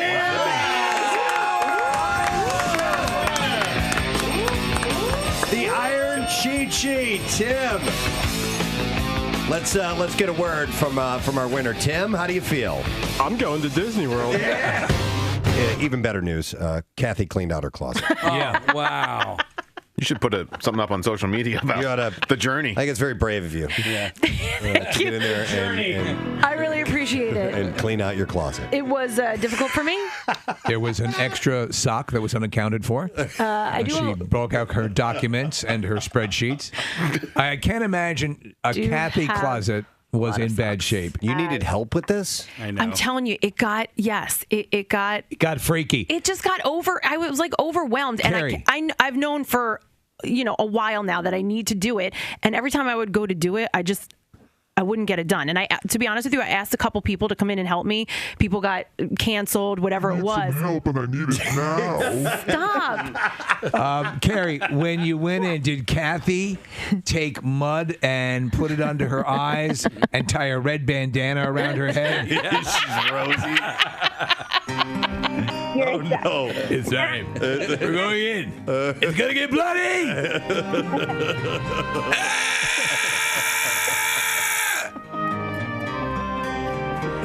Oh Carrie, my God. these are the people I work with. Wait a second. This still has the tag on it. I never wore it. Doesn't this go on your legs? Yeah. This good on my legs. I haven't shaved my legs. Sorry, Carrie. Great to work with. Yeah. She was an ideal client. I was asking her the questions. Kathy, do you really need 25 black, tank tops? No, you don't. When was the last time you wore this outfit? Do you want to wear this outfit again? Tell them about my sock situation. Exactly. Kathy probably had enough socks for probably about, Coming back, being called sock wearers. People spit on, hey, where's your socks? You should donate your socks to Carrie, high how school much kids. did you sell Kathy's throwaway underwear for? I was actually thinking of that. Listen, I had bags of throw it out, bags of consign, bags of donate. I mean, there was a ton of So you had stuff. plans for these. But do you have family members that you'll let do a once over? Yeah, like I separated it. Yeah. I organized the. So you know who would yeah, like I maybe just like something? Right, exactly. A couple and like nicer things. I'm not going to take my junk and try to pawn it off on somebody. Like, you know what I'm saying? There's stuff that I threw out that I'm not, have stains on it, rips in it, like whatever it is. This one has skid marks. Listen, you know that that didn't happen in any of my items. There's some pretty severe stuff. This one looks like an Ohio road map. I kid you not. If you brought in old throwaway panties, we could give them away. We could I'm not absolutely giving away my underwear. We could auction them off for charity. Absolutely. How much? Or like When's your underwear going for? we could even do like a buck a sniff or something like that. Does it smell like cod or salmon? You could do a kissing booth with your panties. Yeah. I did throw away a lot of underwear. Yeah. Did you? Mm-hmm. Did you guys read the sex issue of Philly Mag that came out last month? It was, no. There was it was an interesting read, but there was a woman who is now an escort, and the way that she got her start was by selling her panties online. There you go. Yeah. There are, and we have not made this up. In Japan, there are vending machines that sell used, worn, they claim, worn panties. Mm-hmm. And it's a vending, because you're on the go, right? Your perversion doesn't stop, for anyone. You got to get to work. Yeah. Yeah. I'm just going to grab a cup of coffee and a quick sniff, and I'll be in by 10. Yeah, that meeting's at 10. Great. I have time for coffee, a bagel, and a quick sniff. I'll see you in 10 minutes, Yakamoto. Yeah, I'm going to have some coffee, put a woman's panties on my head, and then I'll be in. On my way. Yeah. Going to sniff the microfibers out of that sucker. I should see you by 11. Is that a conference call? Good, then I can keep the panties on my head. Right, exactly. All right, and then finally, Tom Hiddleston does not want to talk about that time he wore that I Love TS t-shirt. So shut up about it. Shut up, you whore! Jesus. We have audio of him on the Today Show. Shut up! Stinking whore. God damn it! All right. Shut up! Whoa. All right. So no, he was Savannah Guthrie asked. I think he does. He toes the line, and he is able to deflect these things, and he's a very nice guy. Yeah. No, it's in the music. Motown, TSOP, funk, and soul. I don't know what TSOP. The sound of Philadelphia. TSOP. There you go. TSOP. Gemlin Huff. That type of stuff, I guess. Yeah. So, all right. Well, cool. So the gig is Thursday night. You want to see some really great live music and a full horn band, 7-piece band with horns, and Kyle can sing, man. So go check him out at Vera Bar and Grill in Cherry Hill on Thursday night. And then real quick, before we do the beat file, a shout out. I got this email. It says, hey, Gadzooks, could you please give the biggest and most awesome shout out to the Westchester Henderson girls varsity ice hockey team.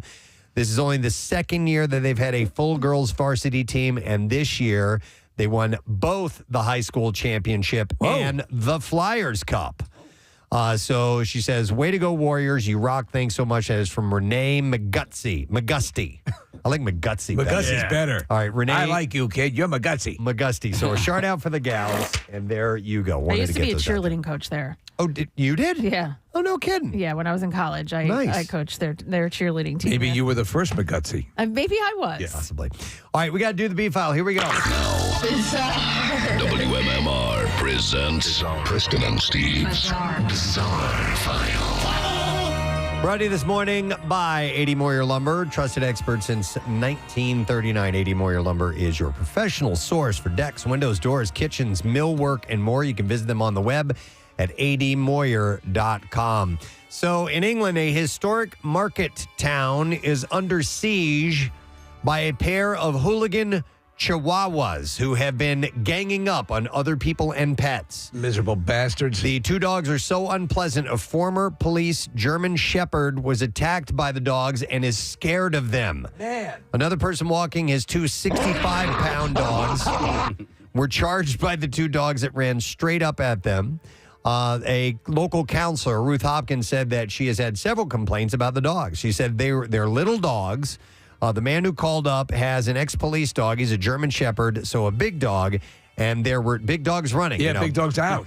There were two unpleasant Chihuahuas who attacked the German Shepherd, so the size of the dog is no reflection on their aggressiveness. Big dogs running, big dogs out. Apparently, it's not the first time that they've behaved in an aggressive fashion. They said they were leashed, and the owner thought that they were only little, that they were friendly, but you have to be really careful. Man, Chihuahuas Yes. do not know that they are as little as they are. No. And they will. They'll rip your throat out. They can get pretty aggressive. If you lay down and fall asleep. Yeah.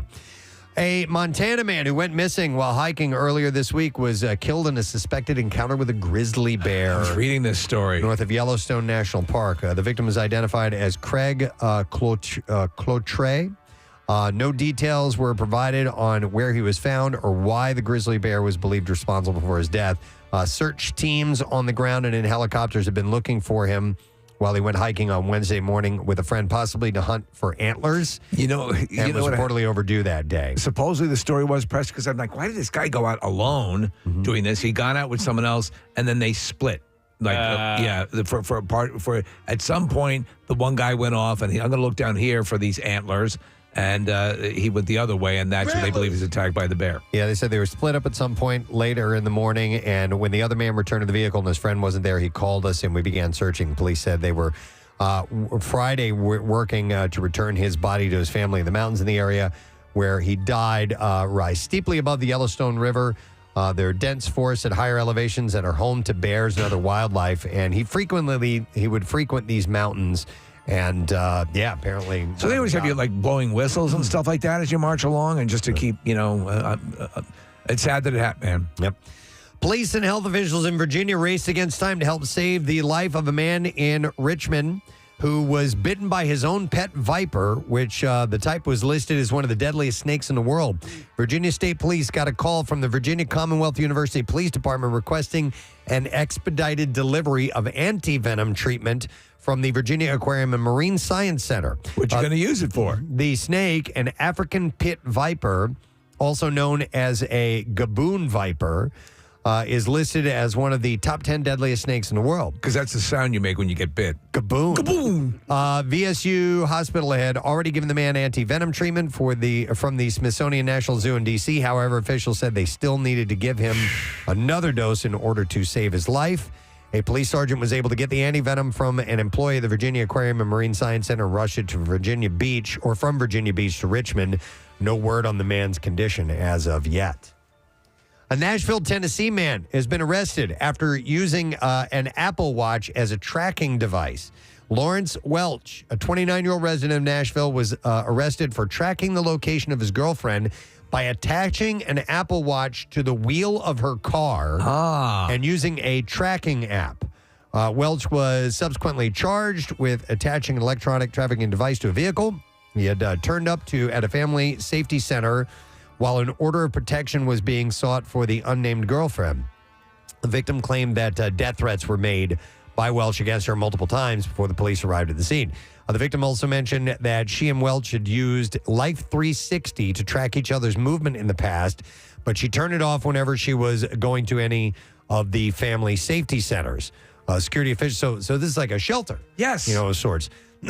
Security officials at the center found Welch crouching by the victim's car, which aroused suspicion. Officers later discovered his Apple Watch on the wheel, which Welch confirmed was his. The incident is the latest in several similar domestic assault issues since July 2021. He already had 2 assaults to grapple with already. The incident will further expand the need for greater scrutiny of the Apple Watch as an unusual stalking device. Well, you know that, so like activating those Apple tags, I picked those up, it takes a second to do it, and they are unbelievably accurate. All right, and then one last story. This is in Wisconsin. An Irish pub received a wild visit. Staff and customers at Dublin's Irish Pub in Oshkosh saw a deer come crashing through the front window on Monday afternoon. The operations manager, Mark Rutkowski, wasn't there and thought the bartenders were trying to pull a fast one on him. That is until he reviewed the security footage. Rutkowski said it got in, ran a lap around the restaurant, and then ran out the other door. Which kind of beer do you have here? And when I looked at the security footage, at least 6 to 7 deer all just hopped over the patio wall that we had there and attempted to run through the building. Wow. So a whole herd of them came through. He said the video is crazy because they just appear and disappear within seconds. Didn't order anything? We're looking at the video now. Yeah, they come jumping all over the place. Can I get a pint, please? Running into walls and stuff, man. They're completely disoriented. Rutkowski says that he hunts, but he has never seen deer behave in that manner in the wild. Look, he's going out to hunt when they come to his bar. Or even when you're driving around during the fall. He said it's weird. It's like frogs coming out of the sky, when people say it's raining fish or something. All of a sudden, they appear and they disappear as fast as they showed up. That's the point at which the reporter pulls the microphone back. Yes. We're done. Yes, done. All right, and there you go. That is all I have in the bizarre file for you this morning. All right, we have some guests who are here today, and there's a charity event and a campaign that we are going to make you aware of. We first want to welcome from the Headstrong Foundation, the president. She's been here before. Cheryl Cullilori is here this morning. Thank you. Hi, Cheryl. Nice to see you again. It's very, very nice to see you and to be back. And along with you, and bear with me on pronouncing the last name, we would like to welcome Phil and his daughter, Sydney. Their last name is Cirincione. That's very good. Yeah!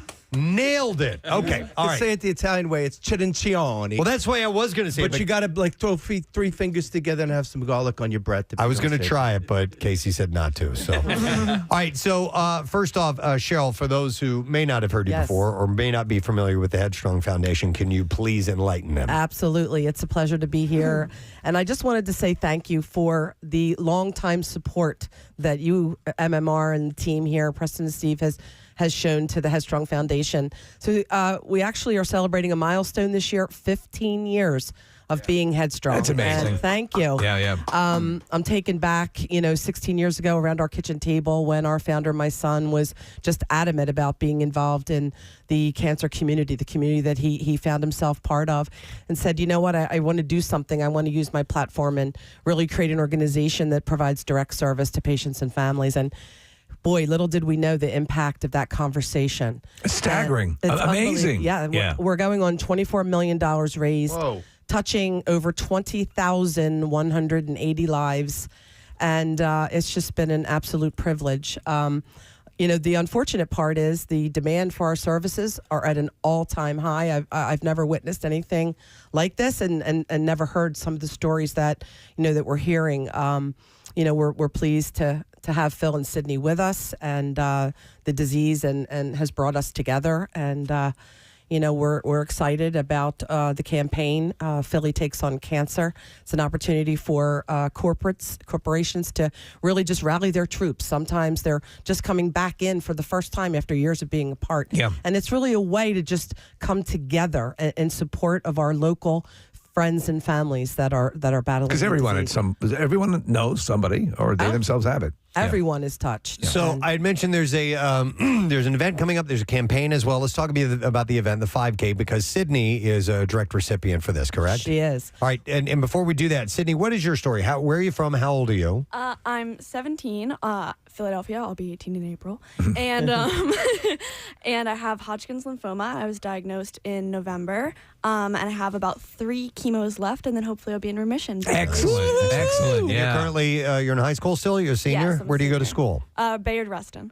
Okay, and this event is coming up is the 5K, correct? Yes, we have. Actually, it's through a family that we had supported that is having an event in memory of their child. And it just so happens to be in the neighborhood and community that Sydney lives. So Sydney will be a benefactor of that. And it is the Charlotte Grace 5K, and details can be found on our website at headstrong.org. Okay. And so you guys are going to be there, Phil? You're going to be at the event? Indeed, yeah. Are you walking or running? I'm going to be... You look like a walker to me. I'll be sitting at the start-finish line, rubbing her back. There you go. Then you're a rubber. I would run if Burger King was on the other side of my river. Nice. And so when did Sydney find out about her diagnosis? So it was a whirlwind, Press. It was November, the beginning of November. We heard the C word the first time and ended up with a biopsy. This past November? Oh, yeah. Oh, my goodness. Okay. She had long-standing health issues with skin, and we thought they were food allergies or something. We didn't really know. We were just trying to seek answers. And, man, we went from the beginning of November to Black Friday, her being staged. Wow. Boom, just like that. And Cheryl and I were talking outside, and it's a whirlwind. You really don't have the opportunity to process emotionally what's happening to you, while at the same time you're like fighting for life. Well, the thing that is interesting with all of this, and it's something that I try to get the word out about, is that it happens to you, it rocks your world, and then if you can at that moment, realize there are thousands and thousands and thousands of people who've just gotten the same notification. You're not alone. There's a whole bunch of people out there to support you. There's a whole bunch of people out there who survived it and who are thriving. It's hard to put that into context out of the gate, but if that's a little mantra you can repeat to yourself, it'll help you through. Am I right with that? Oh, absolutely. Yeah. All right, so the event, the 5K, is coming up on Saturday, April 2nd at East Goshen Township Park in Westchester. And you can go to headstrong.org to get the info, /run if you want to put that in there. But I'm sure you can find it just by going on the website, right? Yes. And on top of that event, there's a campaign that's a month-long campaign that's coming up, correct? Absolutely, yeah. It begins early April, and, it's really a corporate team approach. And, it gives us the ability to help our local families, just like Phil's, just like mine, just like the thousands of others that are fighting cancer that have been blindsided by this news. It gives us the ability to have an impact in their lives and make things a little more manageable, a little more normal, helping with the emotional toll that takes place, the financial impact. I know Phil's got lots of financial impact stories, but, simply phillytakesoncancer.com. We're not asking companies for a donation. Rather, we're asking companies to rally, get a team, register a team, and then use their circles to drive donations in support of the Headstrong Foundation's mission. But you shouldn't be deterred if you'd like to make a donation. Oh, we're not going to. No, absolutely. Right, it's right. welcomed. But, we understand, the economic impact of COVID. Yeah. And, particularly in the cancer community, people have lost their jobs. They've lost their insurance, and until you're in this journey, you do not have an understanding of the implications, the financial implications.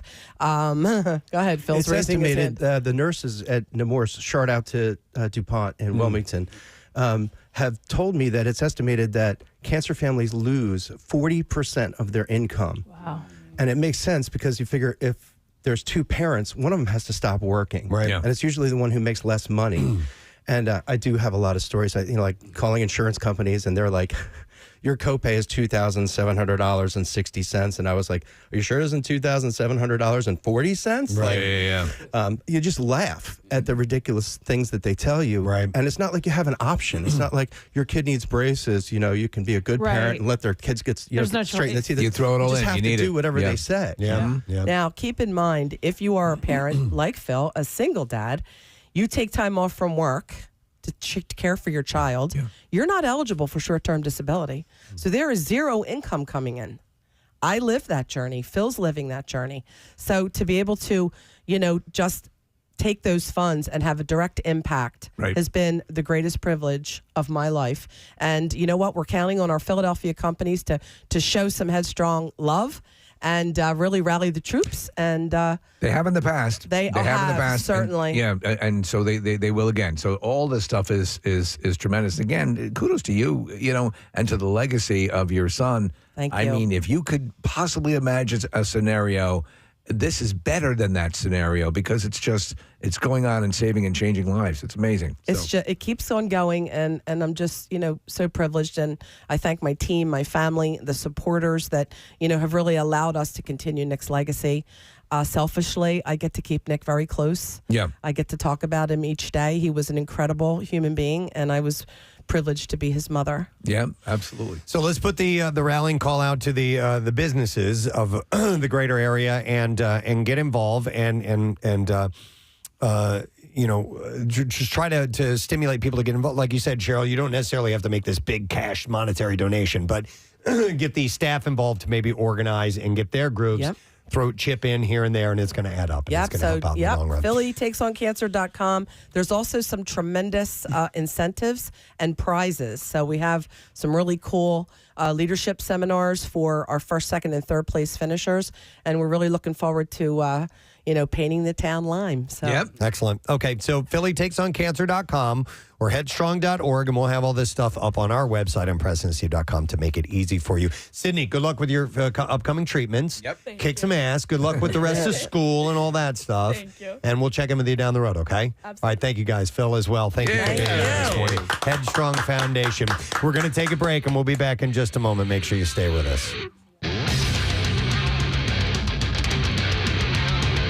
Preston and Steve on 93.3 WMMR. I have a different anecdote, but let's listen to this. Okay. This. Here it is. I read a GQ profile of you, and don't kill me for asking, but of course it was asked about your relationship with Taylor Swift. And I thought when I read it, I thought you gave really thoughtful answers, and I wondered, what it was like to kind of go through all that and to be in the public eye in that way. It must have been kind of... It's already in the public eye. Anyway. Yeah, I know. It's a stupid question. Disconcerting. You're like... Well, it's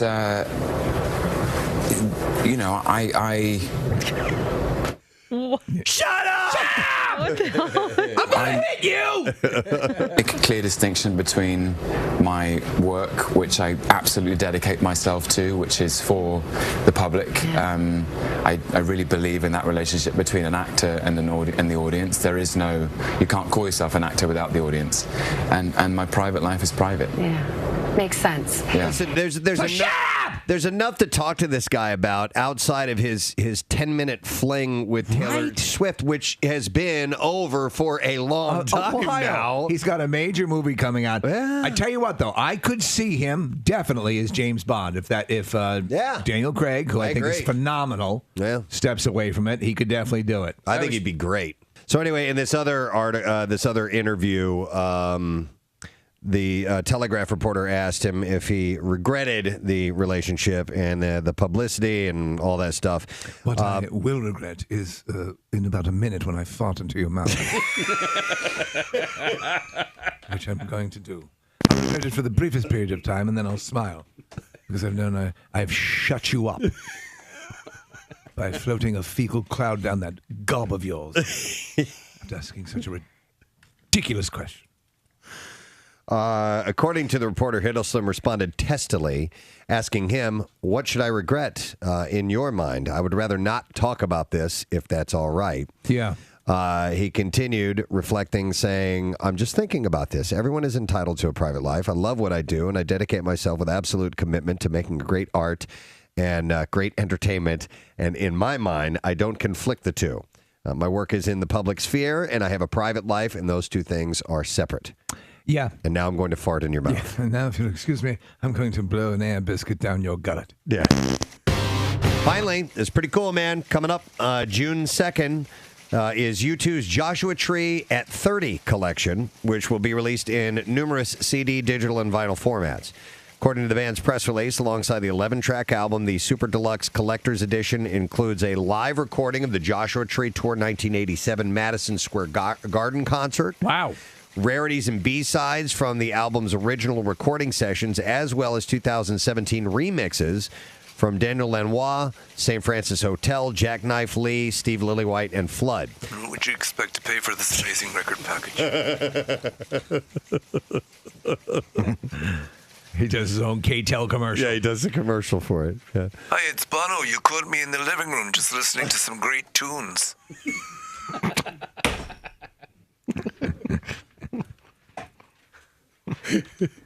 He's just there with the. Is that clearly not his paneling on the walls? Clearly not his living room. You know. Is that the Joshua Tree? Well, yes, it is. Well, now you can own the Joshua. Yeah, turn it up. Turn it up. Now you can own it in your very own home.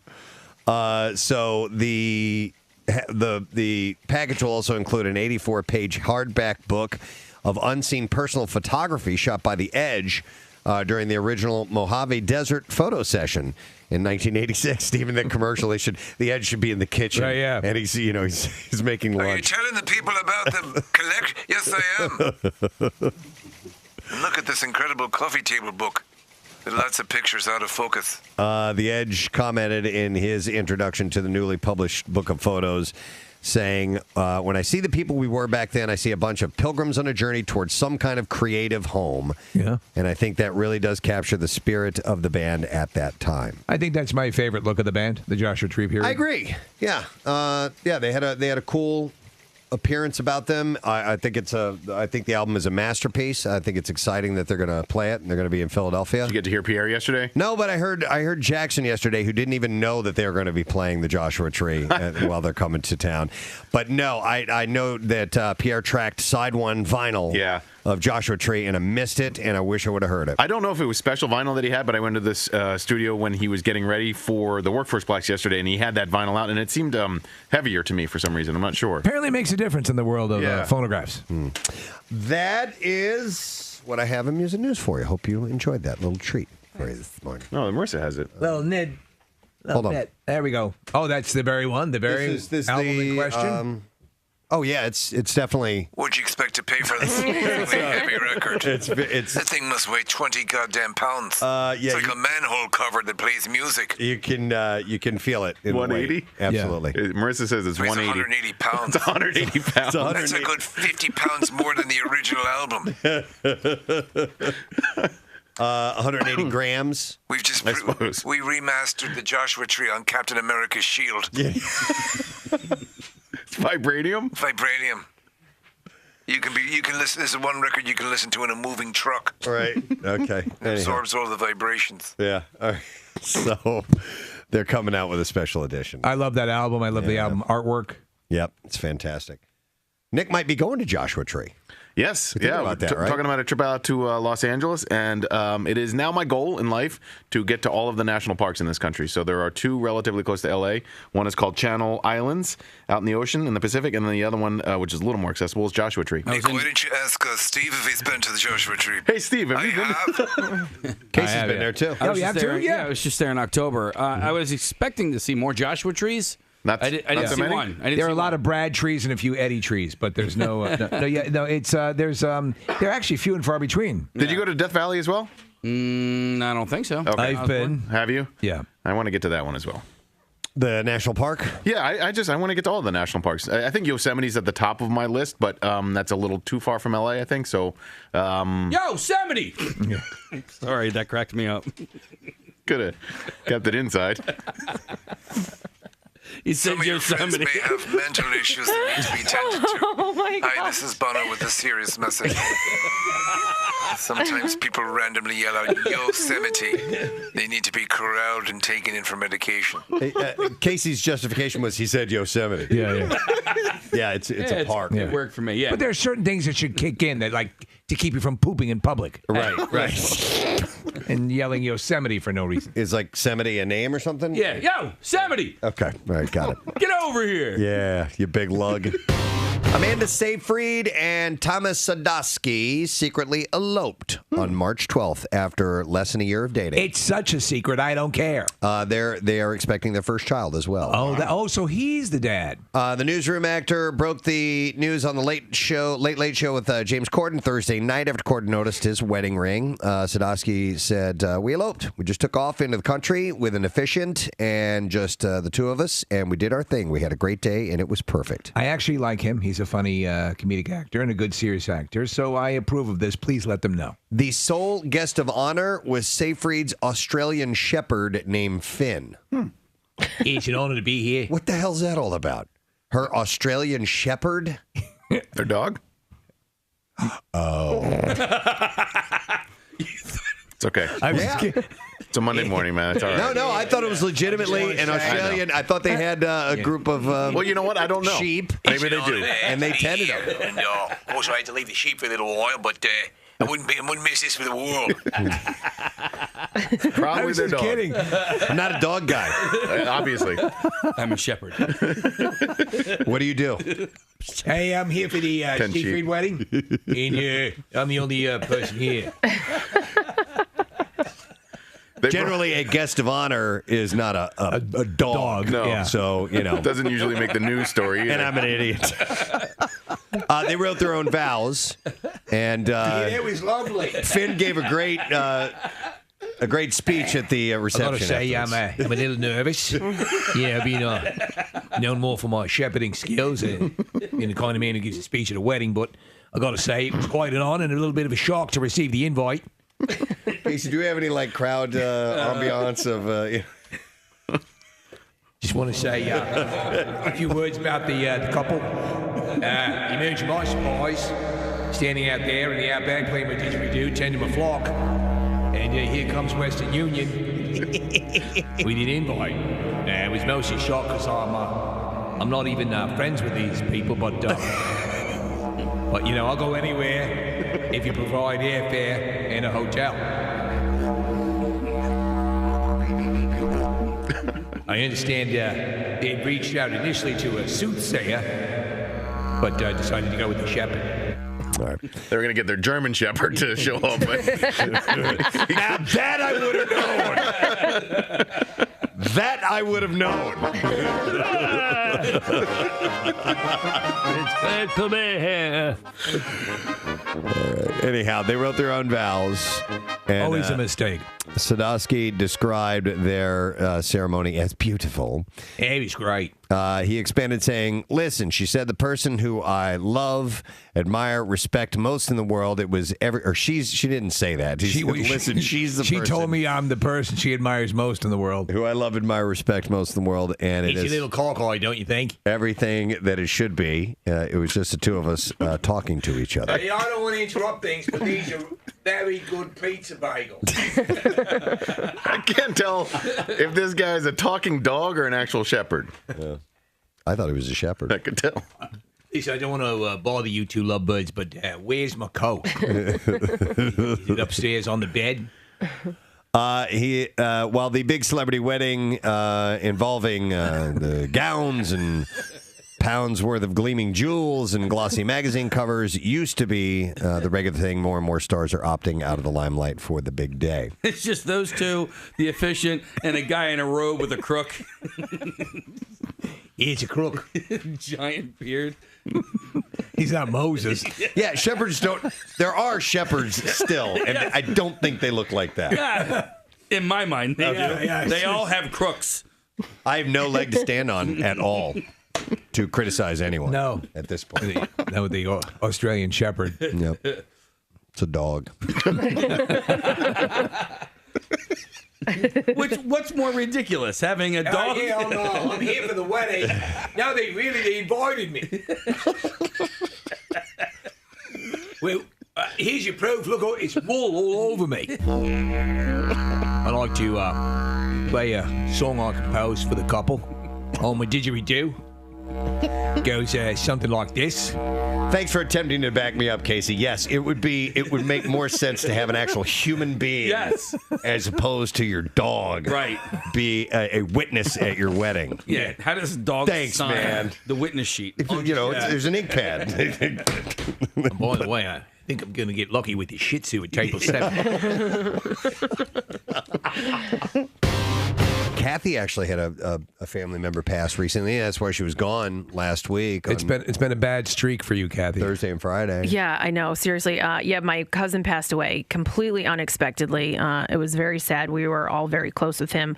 He lived with my family growing up for a little bit of time. So it was a little more than just a cousin. We were pretty close to him. So it was sad. So yeah, I flew down to Florida. They sort of did a celebration of life, is what they called it, and I was held at a family friend's house who, opened their doors to my entire family and all of my cousin's close friends. And one of my cousin's friends was a musician, so he came out. He actually played some music, played some of my cousin's favorite songs. One of their other friends is a minister. He spoke, and we prayed, and all of that happened, but it happened in someone's backyard with, palm trees overlooking the backyard. So it was, First it was a matchup kind at of, it was a different March feel. Madness is Lincoln Park and Tool. So that's the one that gets us going at noon today. And you go to WMMR.com or PrestonandSteve.com. You can get all the matchups. So last night, the concert, first concert for a few people that haven't been in a while. The Eagles were in town performing. Nick went to see them last night. You've never seen them before. I'd never seen the Eagles before. Chuck went as well. He had never seen them before, and they have rave reviews about the music, right? Unbelievably great. I mean, listen, they opened with Hotel California. They did the whole record, but that's the first song on that record. So the first song out of the gate is Hotel California. And there was a gentleman that came out on stage. They had sort of a stage set up with, what the iconic album is like. That's sort of in the background. And then there was a record player at the end of the stage. This guy walks across the stage, takes out the vinyl, puts it on the record player, brings the needle down, starts, and then you hear this guitar. Opening. Oh, that's so cool. That's a great presentation. It was really cool. So they did the whole first side of the record, and then they did the second side of the record, and they had a lady come out. She flipped the record over, put it back down on the record player, and then started up with the second side of it. So it was just such great music, and one song after another that you knew and that you loved. Is Pretty Maids All in a Row on that album? Yes. So Joe sings that song. Yeah. So I love that song. It's a great song. You just that's so great that they got to that. Hotel California, New Kid in Town, Life in the Fast Lane, Wasted Time Reprise, Victim of Love, Pretty Maids All in a Row, Try and Love Again, and then The Last Resort. And that's that's the whole first part of the show. And then they go into an intermission after that. But yeah, I mean, it was just the sound in the building was really good. I hadn't been to a concert in the Wells Fargo Center in quite some time. So that was cool to see as well. How about those harmonies, right? It's just unbelievable. And then so that was the first set. Then they take this intermission break and just speak into the harmonies. Then they come back out and the second set starts with Seven Bridges Road. I knew it. And all five of them come out. The lights are down, and then the spotlights shine on the guys, and they kick into that. And it's just if you don't get goosebumps watching that, then you're just missing out as a music fan. There's a great scene in the documentary where they're backstage, and that's sort of their warm up exercise. Yep. Yes. Yeah. I saw them on the Hell Freezes Over tour. That's when they all got back together finally after saying they would never do it unless hell froze over. And to this day, that's number 2 on my list of best concert ever. Number 1 was U2 Joshua Tree, because it was just an epiphany for me with that band. But that, I remember watching the Eagles and them hitting the harmonies of those iconic songs, and I'm going, I can't believe this is happening live. These guys are actually on stage performing this, and it sounds this way. It sounds so rich, so lush, so perfect, tonally perfect, that I was blown away. There were moments last night where I'm like, I can't believe I'm in the same building, same room as Joe Walsh and Don Henley. Like, to me, that was, and Timothy B. Schmidt, and then Vince Gill kind of took over for the Glenn Frey role, and he's great. I mean, I don't know much about Vince Gill, but he was great guitarist, a really great guitarist. But Steve, beautiful voice, and it took a lot of the Glenn Frey parts and just nailed it. Oh. Wow! So everything was perfect. Almost. Almost. Really, something wasn't perfect. Listen, we've sort of talked about different versions of this in the past, but the obnoxious concert goer. Right. And there was a woman who sat directly behind myself and my girlfriend. Brent Porsche was actually there. Brent was sitting to my right. And Brent brought his mom, which I thought was really sweet. So the four of us are sitting together, and then was the annoying woman Brent's mom? No, God, no. Brent's mom could not have been sweeter. However, this annoying woman was bothering Brent's mom and everybody else in the section. So she sits down and listen. Whatever show you go to, just read the room. If you're out at an outdoor show and everybody's going nuts and having a great time, and you're sitting on the lawn and whatever, and you want to hoot and holler, go for it. If you're at a show where it's like the Eagles and most of the people in the Wells Fargo Center are sitting down and relaxing and enjoying the music. Eagles is a sit-down show. It is. And there were moments, especially when Joe Walsh would go into solos, where he'd get up and cheer. And you know, there were standing O moments.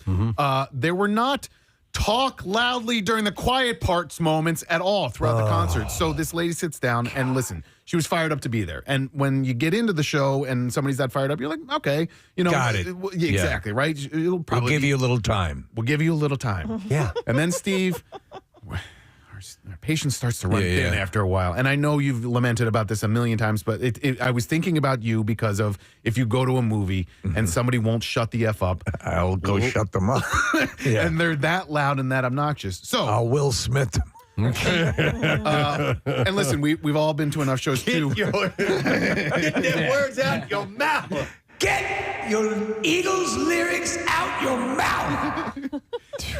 You know the person who loves to yell and holler at the quiet moments just so they can be heard by everybody else in the show? She was bragging about doing that before the concert even started. She was saying that was her modus operandi. I'm that woman. Oh, seriously? I'm going to do that. Yeah. Oh, and Bobby Weir liked it when I did it at the Dead show. Oh, no, he didn't. No, he didn't. And no. she had a lot to drink. She'd had some cocktails, and I would say probably late 40s, early 50s. She was not a bitch. She was not mean. She wasn't. She just was really loud and really obnoxious. So the concert starts, and she's having a good time, and she's talking about how she's going to get up and dance, and then she starts to get up and dance. Okay. And she works her way down at the end of the row, which I actually thought was kind of courteous. Like she was going to be out of the row and into the stairs. Aisle. Yeah, the aisle, so that she could dance and have a great time.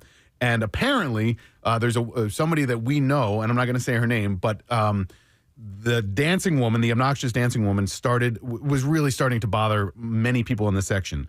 So the woman that we know went to security and said, "Listen, this lady's kind of getting on everybody's nerves. She's getting," and the dancing woman was kind of pushing people out of the way. Yeah, walking down the row to get to the aisle, so blocking people's views as she's getting out, getting Bobby in and out. Weir liked it. Yeah. Exactly. So after the complaint, security comes. And at this point, I texted all of you guys, and this was literally 2 songs in, That's how loud and obnoxious she was. And 2 songs. 2 songs, yeah. And so security comes midway through the second song, which was New Kid in Town. And they shine the flashlights. And in the middle of Life in the Fast Lane, they start escorting her out. Oh, no. What's her reaction to be escorted out? Angry, yelling, this is boy. not my fault. I paid for these tickets. Right. She didn't pay for the tickets. She had won the tickets from a radio station that is not in our cluster. When she sat down, she's like, not bad for free tickets. Oh, so no. she hadn't paid a dime for these tickets, which made me feel a little bit better about the whole situation, right? So all of this happens. She gets escorted out, and everybody kind of around us once she left, a little bit of a, breathing a sigh of relief. Right. And then before the end of Hotel California, the end of the record, she sat back down. But when she sat back down, it was actually okay. And then gets to the intermission. Apparently, security had talked to her. She was going to be all right. So then we get to the intermission. Did she have a muzzle on? Well, not literally. Like a falcon? But I think security had spoken to her in a way that she understood and appreciated. And no actual muzzle, but maybe, an imaginary one. So she's a little contrite. We get to the intermission, and then it starts ramping back up again. And then she starts complaining about security, and she starts talking about the lady who stopped her from dancing. So hang on. Who's she talking to? Well, there was a gentleman who was with her. Okay. And then there was another lady who was also loud, but not nearly as obnoxious to her left. So the lady that was bothering everybody in the section was behind me to the right. Her man, her husband, whatever, was directly behind me. Yes, and then dear. he was that guy. Did they leave? Did they leave with her when she got kicked out? No. Well, the guy did. The guy did. Okay. Yeah. Well, yeah, you kind of have to do that. So we get into the Seven Bridges Road and then Take It Easy and one of these nights, and she's getting louder and louder and louder and more obnoxious again. And just talking constantly? Constantly. Oh, Jesus. Why are you're missing the show yourself? I don't get that. Well, she won the ticket, so you can't say she paid for them. But still, you're there to see a legendary band. You are missing what you came to experience. So you're missing it, and now you're really starting to impact everybody around you in What's the she section. talking about all this time? I mean, once the second set started, she was talking about how security had mistreated her and how she deserved to be there, and she was going to be there to dance, and she was going to be there to party. Can I ask you to kind of not necessarily imitate her, but give us an idea of like the volume at which she was speaking? Like, I came here, like at this level, was she talking like this loud? Yep. Okay. Yeah, that's during I came New here, Kid in security Town. talked to me. I'm just here to have a good time. Yeah. This is one of my favorite bands. I want to make sure I see all of this. So what am I doing wrong? Like that type of thing? Yeah, absolutely. That's a very accurate representation, and it was. I'm not exaggerating. It was nonstop. I mean, so she's not just talking to the people she's with. She's making sure that everybody hears this. Everybody hears her, and that this is a vocal complaint. Yes. Oh, Jesus. So. And how far is she from you, by the way? Directly behind me. I mean, literally, like the seat behind. I was in section whatever, and she was in the same section, row behind me, same seat as me. So, my girlfriend Andrea can sense that I'm starting to feel the way that you do, Steve, at a movie, and I'm starting to get impatient and tense and angry. And besides, the concert is burning off as you're trying to deal with this idiot. You're losing your experience. Yeah. So they get to one of my favorite songs of all time, not just Eagles song, but Take It to the Limit. I love that song. I love the harmonies in it. Yeah. It's just a beautiful song, and it's a quiet song, and she's still going. And at this point, I realized that two people that were one to my left and then one down in front had gotten up and left. And and my girlfriend's like, I think that they're going to talk to security. Okay. So at the end of Take It to the Limit. By the way, they've missed a part of the song. Oh, yeah. They've had to do that. Yeah, and the song for me is not ruined, but like certainly impacted by this obnoxious woman. So then security comes back. Right. So this now time they have dogs. Well, they had more. They had like 4 or 5 security personnel at this point, and we're shining the flashlights, and that was it. She was done. And it was then, Preston, it was, I can't believe that they're doing this to me. I paid for these tickets. We paid $300 for these. We're going to have to drive all the way back to I thought she got it for free. Of course she got it for free. She was lying about that. She was lying about that. And then security, it took about 2 or 3 minutes. They got her down the road. They got her out. And I've seen people being escorted out before. I didn't watch this happen. But my guess is security got her to the door of the Wells Fargo Center, pushed her ass out, and that was the end of her night. Yeah. Was there any spontaneous applause or anything like that? No, but there was this a palpable sense of relief of everybody around. Everybody could exhale and enjoy the show because now this part was over. I'm going to go to Kim. She saw this happening. Hi, Kim. You're on the air. Good morning. Good morning, guys. How are you? Wonderful. All right, Kim. So It was fabulous, I just have to say. it was. You saw this exact event taking place? Yeah, I was sitting actually in 110 up on row 23 and looking over. I just happened to look over and I saw a security guard come out and she did not look happy. Not a happy camper. She was like you out, like you could tell she had had enough. It was at a point of we tried. Yeah. Get your stuff and let's go. Yeah. They and apparently she's the kind of person you weren't going to mess with. they gave her an opportunity. They talked to her. Yeah, they warned her And- once. They escorted her out once. They allowed her to come back in and sit back down again. And then the second offense, she's gone. You know, at church, a lot of churches have a crying room. They should have like a crying room for concerts. We definitely should have a room. I think everybody had their own little section of this kind of person, and you were like, oh, Lord. Okay. Yeah. Well, and Kim, after all this time, this people have been in sort of stasis, and for many, this was a return to the concert experience. Can we come back a little bit better than we exited and give everyone a good time and have a wonderful experience re-entering the concert-going scene? But I guess once an a-hole, always an a-hole. But listen, it's pretty much. There's somebody at every concert. Yeah, and you suffer that sometimes We've at live all shows. we've all experienced it. For right? sure. But Thanks, I mean, Kim. read the room. Recognize what everything is going on around you. The other people that You are in don't that flash section. your knockers during Desperado. Right. There was Right. I don't know. I think there's always Why a good don't time. you come to your senses? Look at these. You gotta stop building fences. Bill Burns from our sales department just came walking in, so hang on a second. Bill and I were in the same section. Bill was like 2 or 3 rows behind me. We were both in 109. They were great seats, and really was a great show, except for it was phenomenal. It was a great show, but you missed the part that when she came down and started dancing in front of us in the empty row. Yeah. Then when the security guard said, "Please go back," she turned around and gave her the double bird. Okay. So the security guard came over. She was very nice and just said, "Can you please go back, go sit down?" And then she turned around, flipped her off, and double bird, and then that set her off. That's when the nice woman went back and got somebody else, and then it came down your side. Okay. It's too much. It's too much. And then, if you go to a Phil's game or you go to an Eagles game, like there's those things where you can text now. You can say what section you're in, what row you're in, and security will come and handle the situation. I don't know if they have that at concerts or not, but they should, because getting up to get the security, you feel awkward doing it. You don't want to be the person to rat other people You out. can just as clearly established here, you can just as easily ruin the experience at a concert by being this person, especially as you say, not being able to read the room. That's actually become one of the things that I don't like. Now, mind you, I'm just willing to, I want to re-embrace everything now, so I'll probably be a little bit more accommodating. Right. But that sort of experience can easily be ruined what if during like a bad U2 song, or the song where I'm going to plug into the emotion here, and you've got this cackling chicken behind you. It's right. Yeah. Well, let me go to Denise. Hi, Denise. Good morning. Good morning. Hey, Denise. You wanted to share a similar story, right? Yes. My brother is listening too, and he said to me, "Are you listening to this?" I said, "Yes." I said, "We went to go see Hamilton, and we were sitting next. We were in a row, and my brother and my sister-in-law were sitting next to this woman. She comes blowing in and sits down and is like, 'Whoa, I'm like a good time,' or whatever." Yeah. Oh no. And she's going on, and she's eating snacks, and she's got this jingly necklace on. She's playing with the whole time, and she's singing to every song and going on. And then at intermission, we switched seats because it's really tight there. So I ended up sitting next. My father's like, "I'll sit next to her." I'm like, "Oh, no, you won't," because you would have told her off.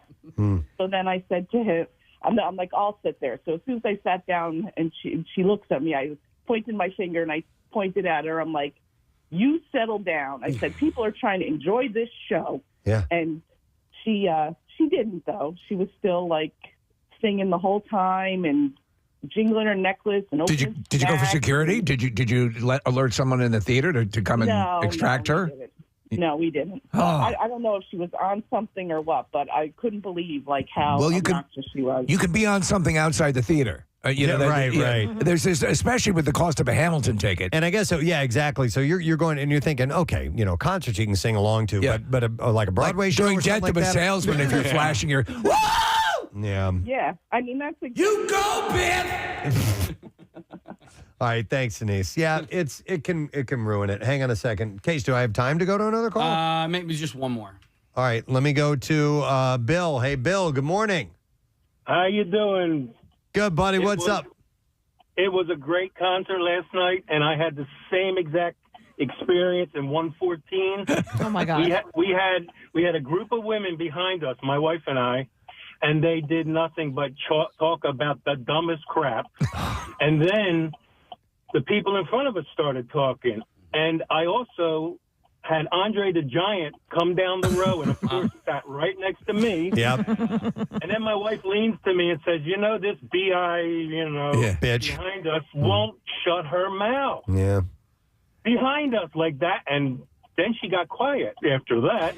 Well, people don't have a spatial awareness. They don't, and I think also, Preston, you picked up on something which is true. A lot of people want to put on a show themselves. Yeah. Look at look at me. You're inner narcissist. This song. Yes. And and I know all the trivia about the band. Yeah. I'm going to say it all out loud right now, so everybody knows that I'm the biggest fan here. Free tickets too. They were free. They made sure they said that, and mine were free too. But yeah, But again, it was amazing. Bunch of freeloaders, all of you. All right, thanks, Bill. That sucks. So who here tonight actually bought tickets? All right. Well, there are a number of other calls that are coming up saying the same thing, that they've had either experiences like this at different shows or at that show last night as well. So it was a bit unruly at times. Take this pause and realize you can have a better experience. Yeah. Be accommodating to people around you. Let's start the reemergence on a better foot. That said, Joe Walsh is something else. It was so cool watching him. Don Henley sounded great. If they tour again and you've not seen the Eagles, I can't recommend it more highly. Really was a fantastic show. Jesus, man, could you change the channel? You, man, if you don't like my music, get your own ass. I had a really rough... I'll pull up to the side and kick your ass out. Man, come on. Kick your ass. A rough night, and I hate the Eagles, man. They're amazing. Yes. They are amazing. They really are. It is true. All right, we have to take a break because we have some guests coming up. Thank you for your calls. I appreciate that. We'll return in just a moment or two. You know what? Let me give away some passes for a Dolby screening of Universal Pictures' explosive new action thriller, Ambulance. Yeah. And it's going to be on Tuesday, April 5th at the AMC Fashion District in Center City. So we'll take callers 10, 11, 12 at 215-263 WMMR. It's a Michael Bay film. Jake Gyllenhaal. A bunch of other great people in this. It's rated R, only in theaters on April 8th. So we'll get you on board and we'll be back in a moment. Stay with us.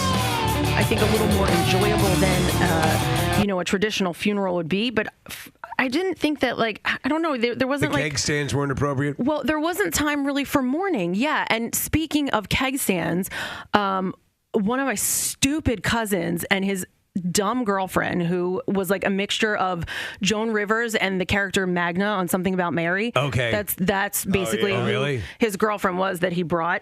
Well, they took it as a party and a reason to just get wasted. And it was I just felt like it was so disrespectful, even though it was sort of that vibe. It wasn't a let's get wasted and party vibe. Right. And unless you're like an alcoholic, and then everything is the let's get wasted and party vibe. Well, and maybe that played a part into it because they to me, they looked like they were high before they even got there. Okay. So I think they had something else going on. But when they walked in, they were like, yo, what is up? Wow. Stop it. I wanted to shove his face in a trash can.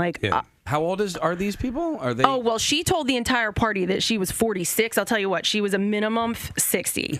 Okay, she was not 46, but she continued to tell the party the entire day that she was 46 years old. Well, all right. So there's a scene in Grown Ups in the beginning of the movie because they all get together because their Little League coach dies. Yeah. And David Spade's character, he gets weird. He doesn't know how to act at a funeral. So when he sees all his old friends, he's like, "Hey, what's up, buddy?" He's like, "Oh my God, I'm so sorry. These things weird me out." Casey, that's kind of what it was. And my cousin looked like Panama Jack. Really? Yes. What a mess. And listen, Hat and people, everything? had everything. And listen, people, showed up in, some were in suits and, other women were wearing black, but other people were a little more casual. I had like a long dress on. It really didn't matter, but they were a little over the top. It just was a little much. At one point, they were doing the electric slide in the backyard to not the electric slide music. Yeah. Like, I was just like, okay, we're enjoying music because his friend is here playing. Sit down. Sit the hell down. This was just those two? Yeah. Just alone doing that? Alone, just the two of them doing the electric slide in the middle of the yard. I know. Sit down. I get that you're trying to go for a more upbeat vibe, but I don't know how. I don't know if I'd know how to act. Listen, and everyone was kind of like, what are they Do we have doing? fun? Do we? How well do you? I know they're family, but how well do you know them? I mean, do you only see them at family functions once in a great while? This couple? Yeah. Yeah, so I only see him every once in a while. Fortunately, I don't have to be subject to him Panama that Jack? often. Yeah. Panama Jack and his 75-year-old girlfriend. Yeah. So them, no, I am not all that close with. Anybody say anything to him? Well, at the end of the night, when she told the widow's wife that she was a bad mother, then people said something to her. Whoa. Okay. No. Wow. So, and this is the girlfriend. This is the girlfriend who half of us have never even met. How long have they been dating? I don't know. Okay, What a bitch. Oh my God. That's You just a bad person. Yeah, it was pretty late when it finally all wrapped up and ended. Did she arrive in a golf cart by any chance? No, I don't know. Steal it from the retirement home? I don't know. And I avoided them at all costs. I just kept telling my brothers, I was like, I'm avoiding the situation. Like, I'm not going near them. I'm avoiding them. So, of course, I'm waiting in line for the bathroom, and both of them walk out of the bathroom together. I'm like, oh my really? God! Yeah. They were banging in the bathroom, I think- they were doing something. I think they were probably doing something else in the bathroom. I don't know that they were banging. So then I ended up having to be in a conversation with them, which was awesome, which is where I learned she was 46. Yeah, by the way, if you're 60, wouldn't you rather be looking good for 60 or terrible for 46? You better look good for 60 than terrible for 46. Exactly. And you know what, though? And she ruined it because she told a story later on in the day. About meeting Eisenhower? No, that aged her. Yes, that aged her. And me and my mom figured it out. And we're like, okay, she's at least 58. So I told him Normandy invasion will work. But anyway, enough about me. A couple of people are texting and saying, "Hey, you can't have funeral without fun." Yeah. No, and listen, there was. Listen, like my cousin who passed away, his brother is a very fun person, and he was distraught over the loss of his brother, but enjoyed himself, had fun. We told stories about him. There was fun to it. It wasn't this couple didn't need to do that. Yeah, They the difference killed between- it. They made it awkward, and they were disrespectful. Right. It's the difference between a pleasant, upbeat affair, a positive, life-affirming memory. Celebration of life as opposed to, look at me!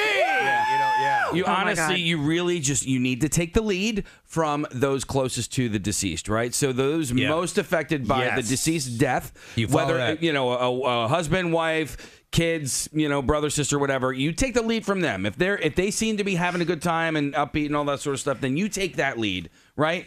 If they're not, then you need to kind of be at their level or lower. Yeah. But I mean, your cousin's just an a-hole. I mean, that's all there is to it. Was the family all talking about it? Yes, of course. Yes. Yeah. Well, that's the risk you run with something like that. Is that people, but again, someone who has even the most basic social skills would know how far to push it. You should not be doing the electric slide. Yeah. At a funeral. And so, even though it's a completely different occasion, they would be the a-holes at the wedding too, probably. Yeah, right? I'm sure. They clearly had some issues that need to be worked out. So I'm sure that was the main reason for them. But This is the way we did it at Gatsby's house. Yeah. Yeah, I did. I just wasn't into it. And Yeah. What's that? I can't wait to see Ham-Ass 2, Casey's Revenge. Ham-Ass 2. Some Wait, people when was Ham-Ass 1? Yeah, it'd be the first. A lot of people were calling for now my involvement with the Greater Philadelphia Film Office, Miney and the Effed Up Horse. Miney and the Effed Up Horse gets made finally. Finally. There's that one, and what was the other movie? What was the other one that Isn't there another we kept one? referencing? Oh, yeah. Stinky and... Stinky goes to college? Does it Stinky go to college? No. My name after Horse. Maybe it's Stinky. I think it's Stinky goes Is to it college. Stinky goes to college? It's Stinky goes to college. There's a couple of other There was a ones. script Yes. floating around for one of them. For Miney and the Effed Up Horse. Yeah. Well, there was a cast listing for that. That's as well. what it was. Yeah. It was a movie that we would have loved to have had made. I think it was the time that Barbaro got sick. Right. Yeah. Yeah. Miney And and Miney Wasn't that when the miners in Pennsylvania were stuck underground? Sure. And, So it's a powerful story. Mining. It's like that Antonio Banderas movie meets Seabiscuit. An author, his name is Yuval Harari, argues in his book, which is called Sapiens, A Brief History of Humankind, that gossip is the foundation of our species' survival.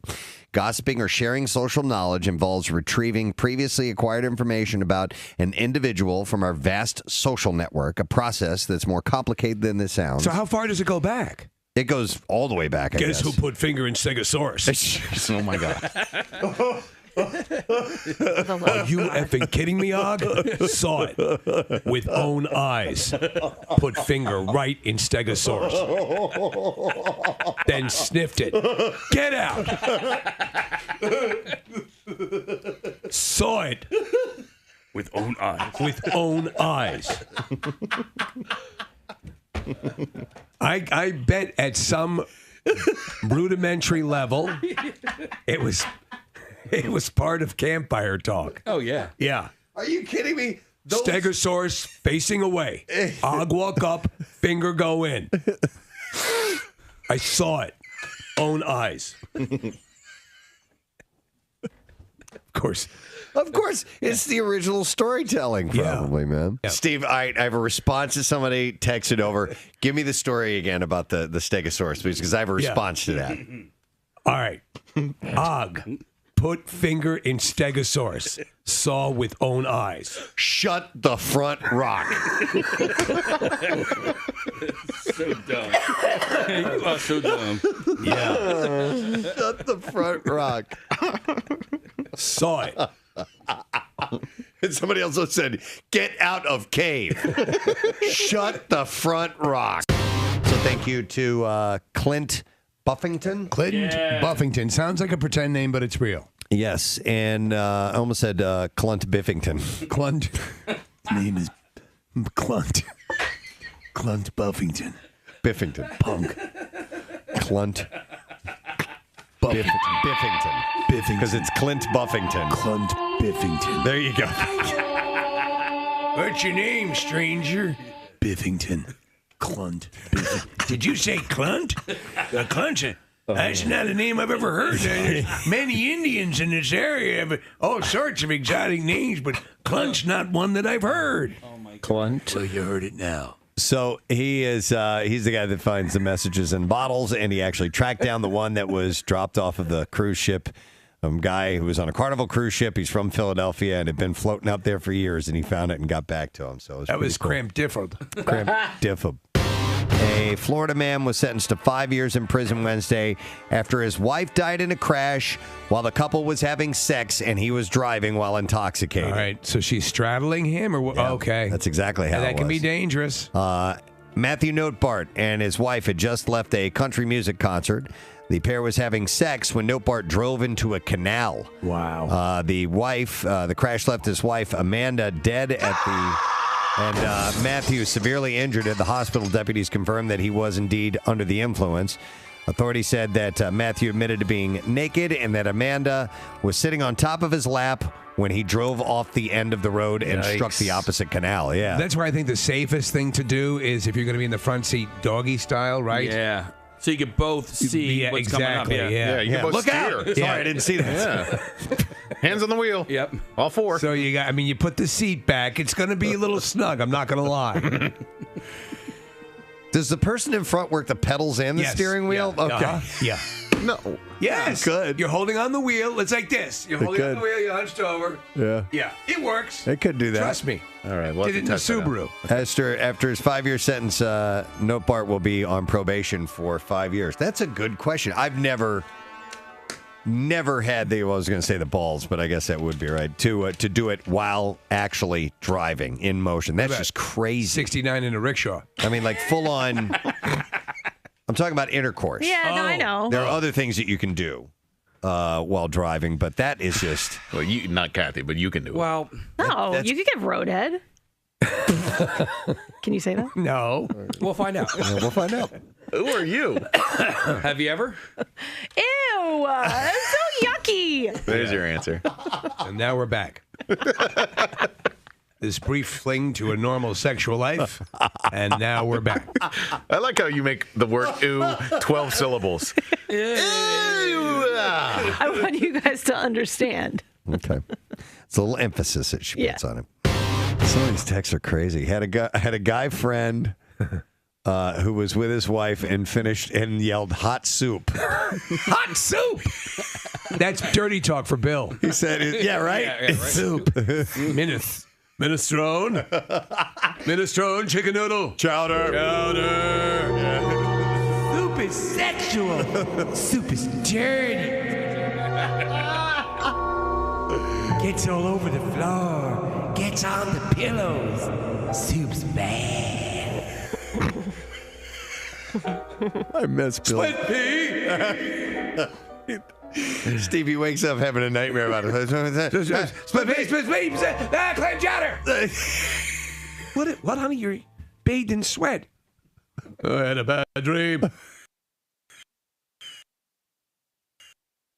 Look at the stool. Open barn door.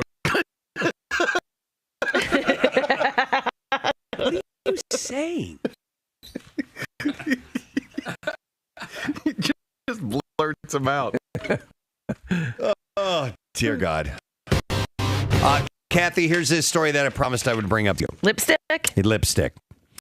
Apparently isn't just a little pop of the color. It can be much more powerful. Bobby Rimmel, a gynecologist and oncologist at Cedars-Sinai Medical Center in Los Angeles, says for cancer patients, lipstick often serves as a symbol of health and vibrancy. And says that lipstick helps restore a normal sense of self that a patient can lose during an incredibly difficult cancer treatment. Got you. And help them feel like themselves. I was never a lipstick wearer. I never wore it till, I guess at that age I started wearing it more. So was it your rainbow party that?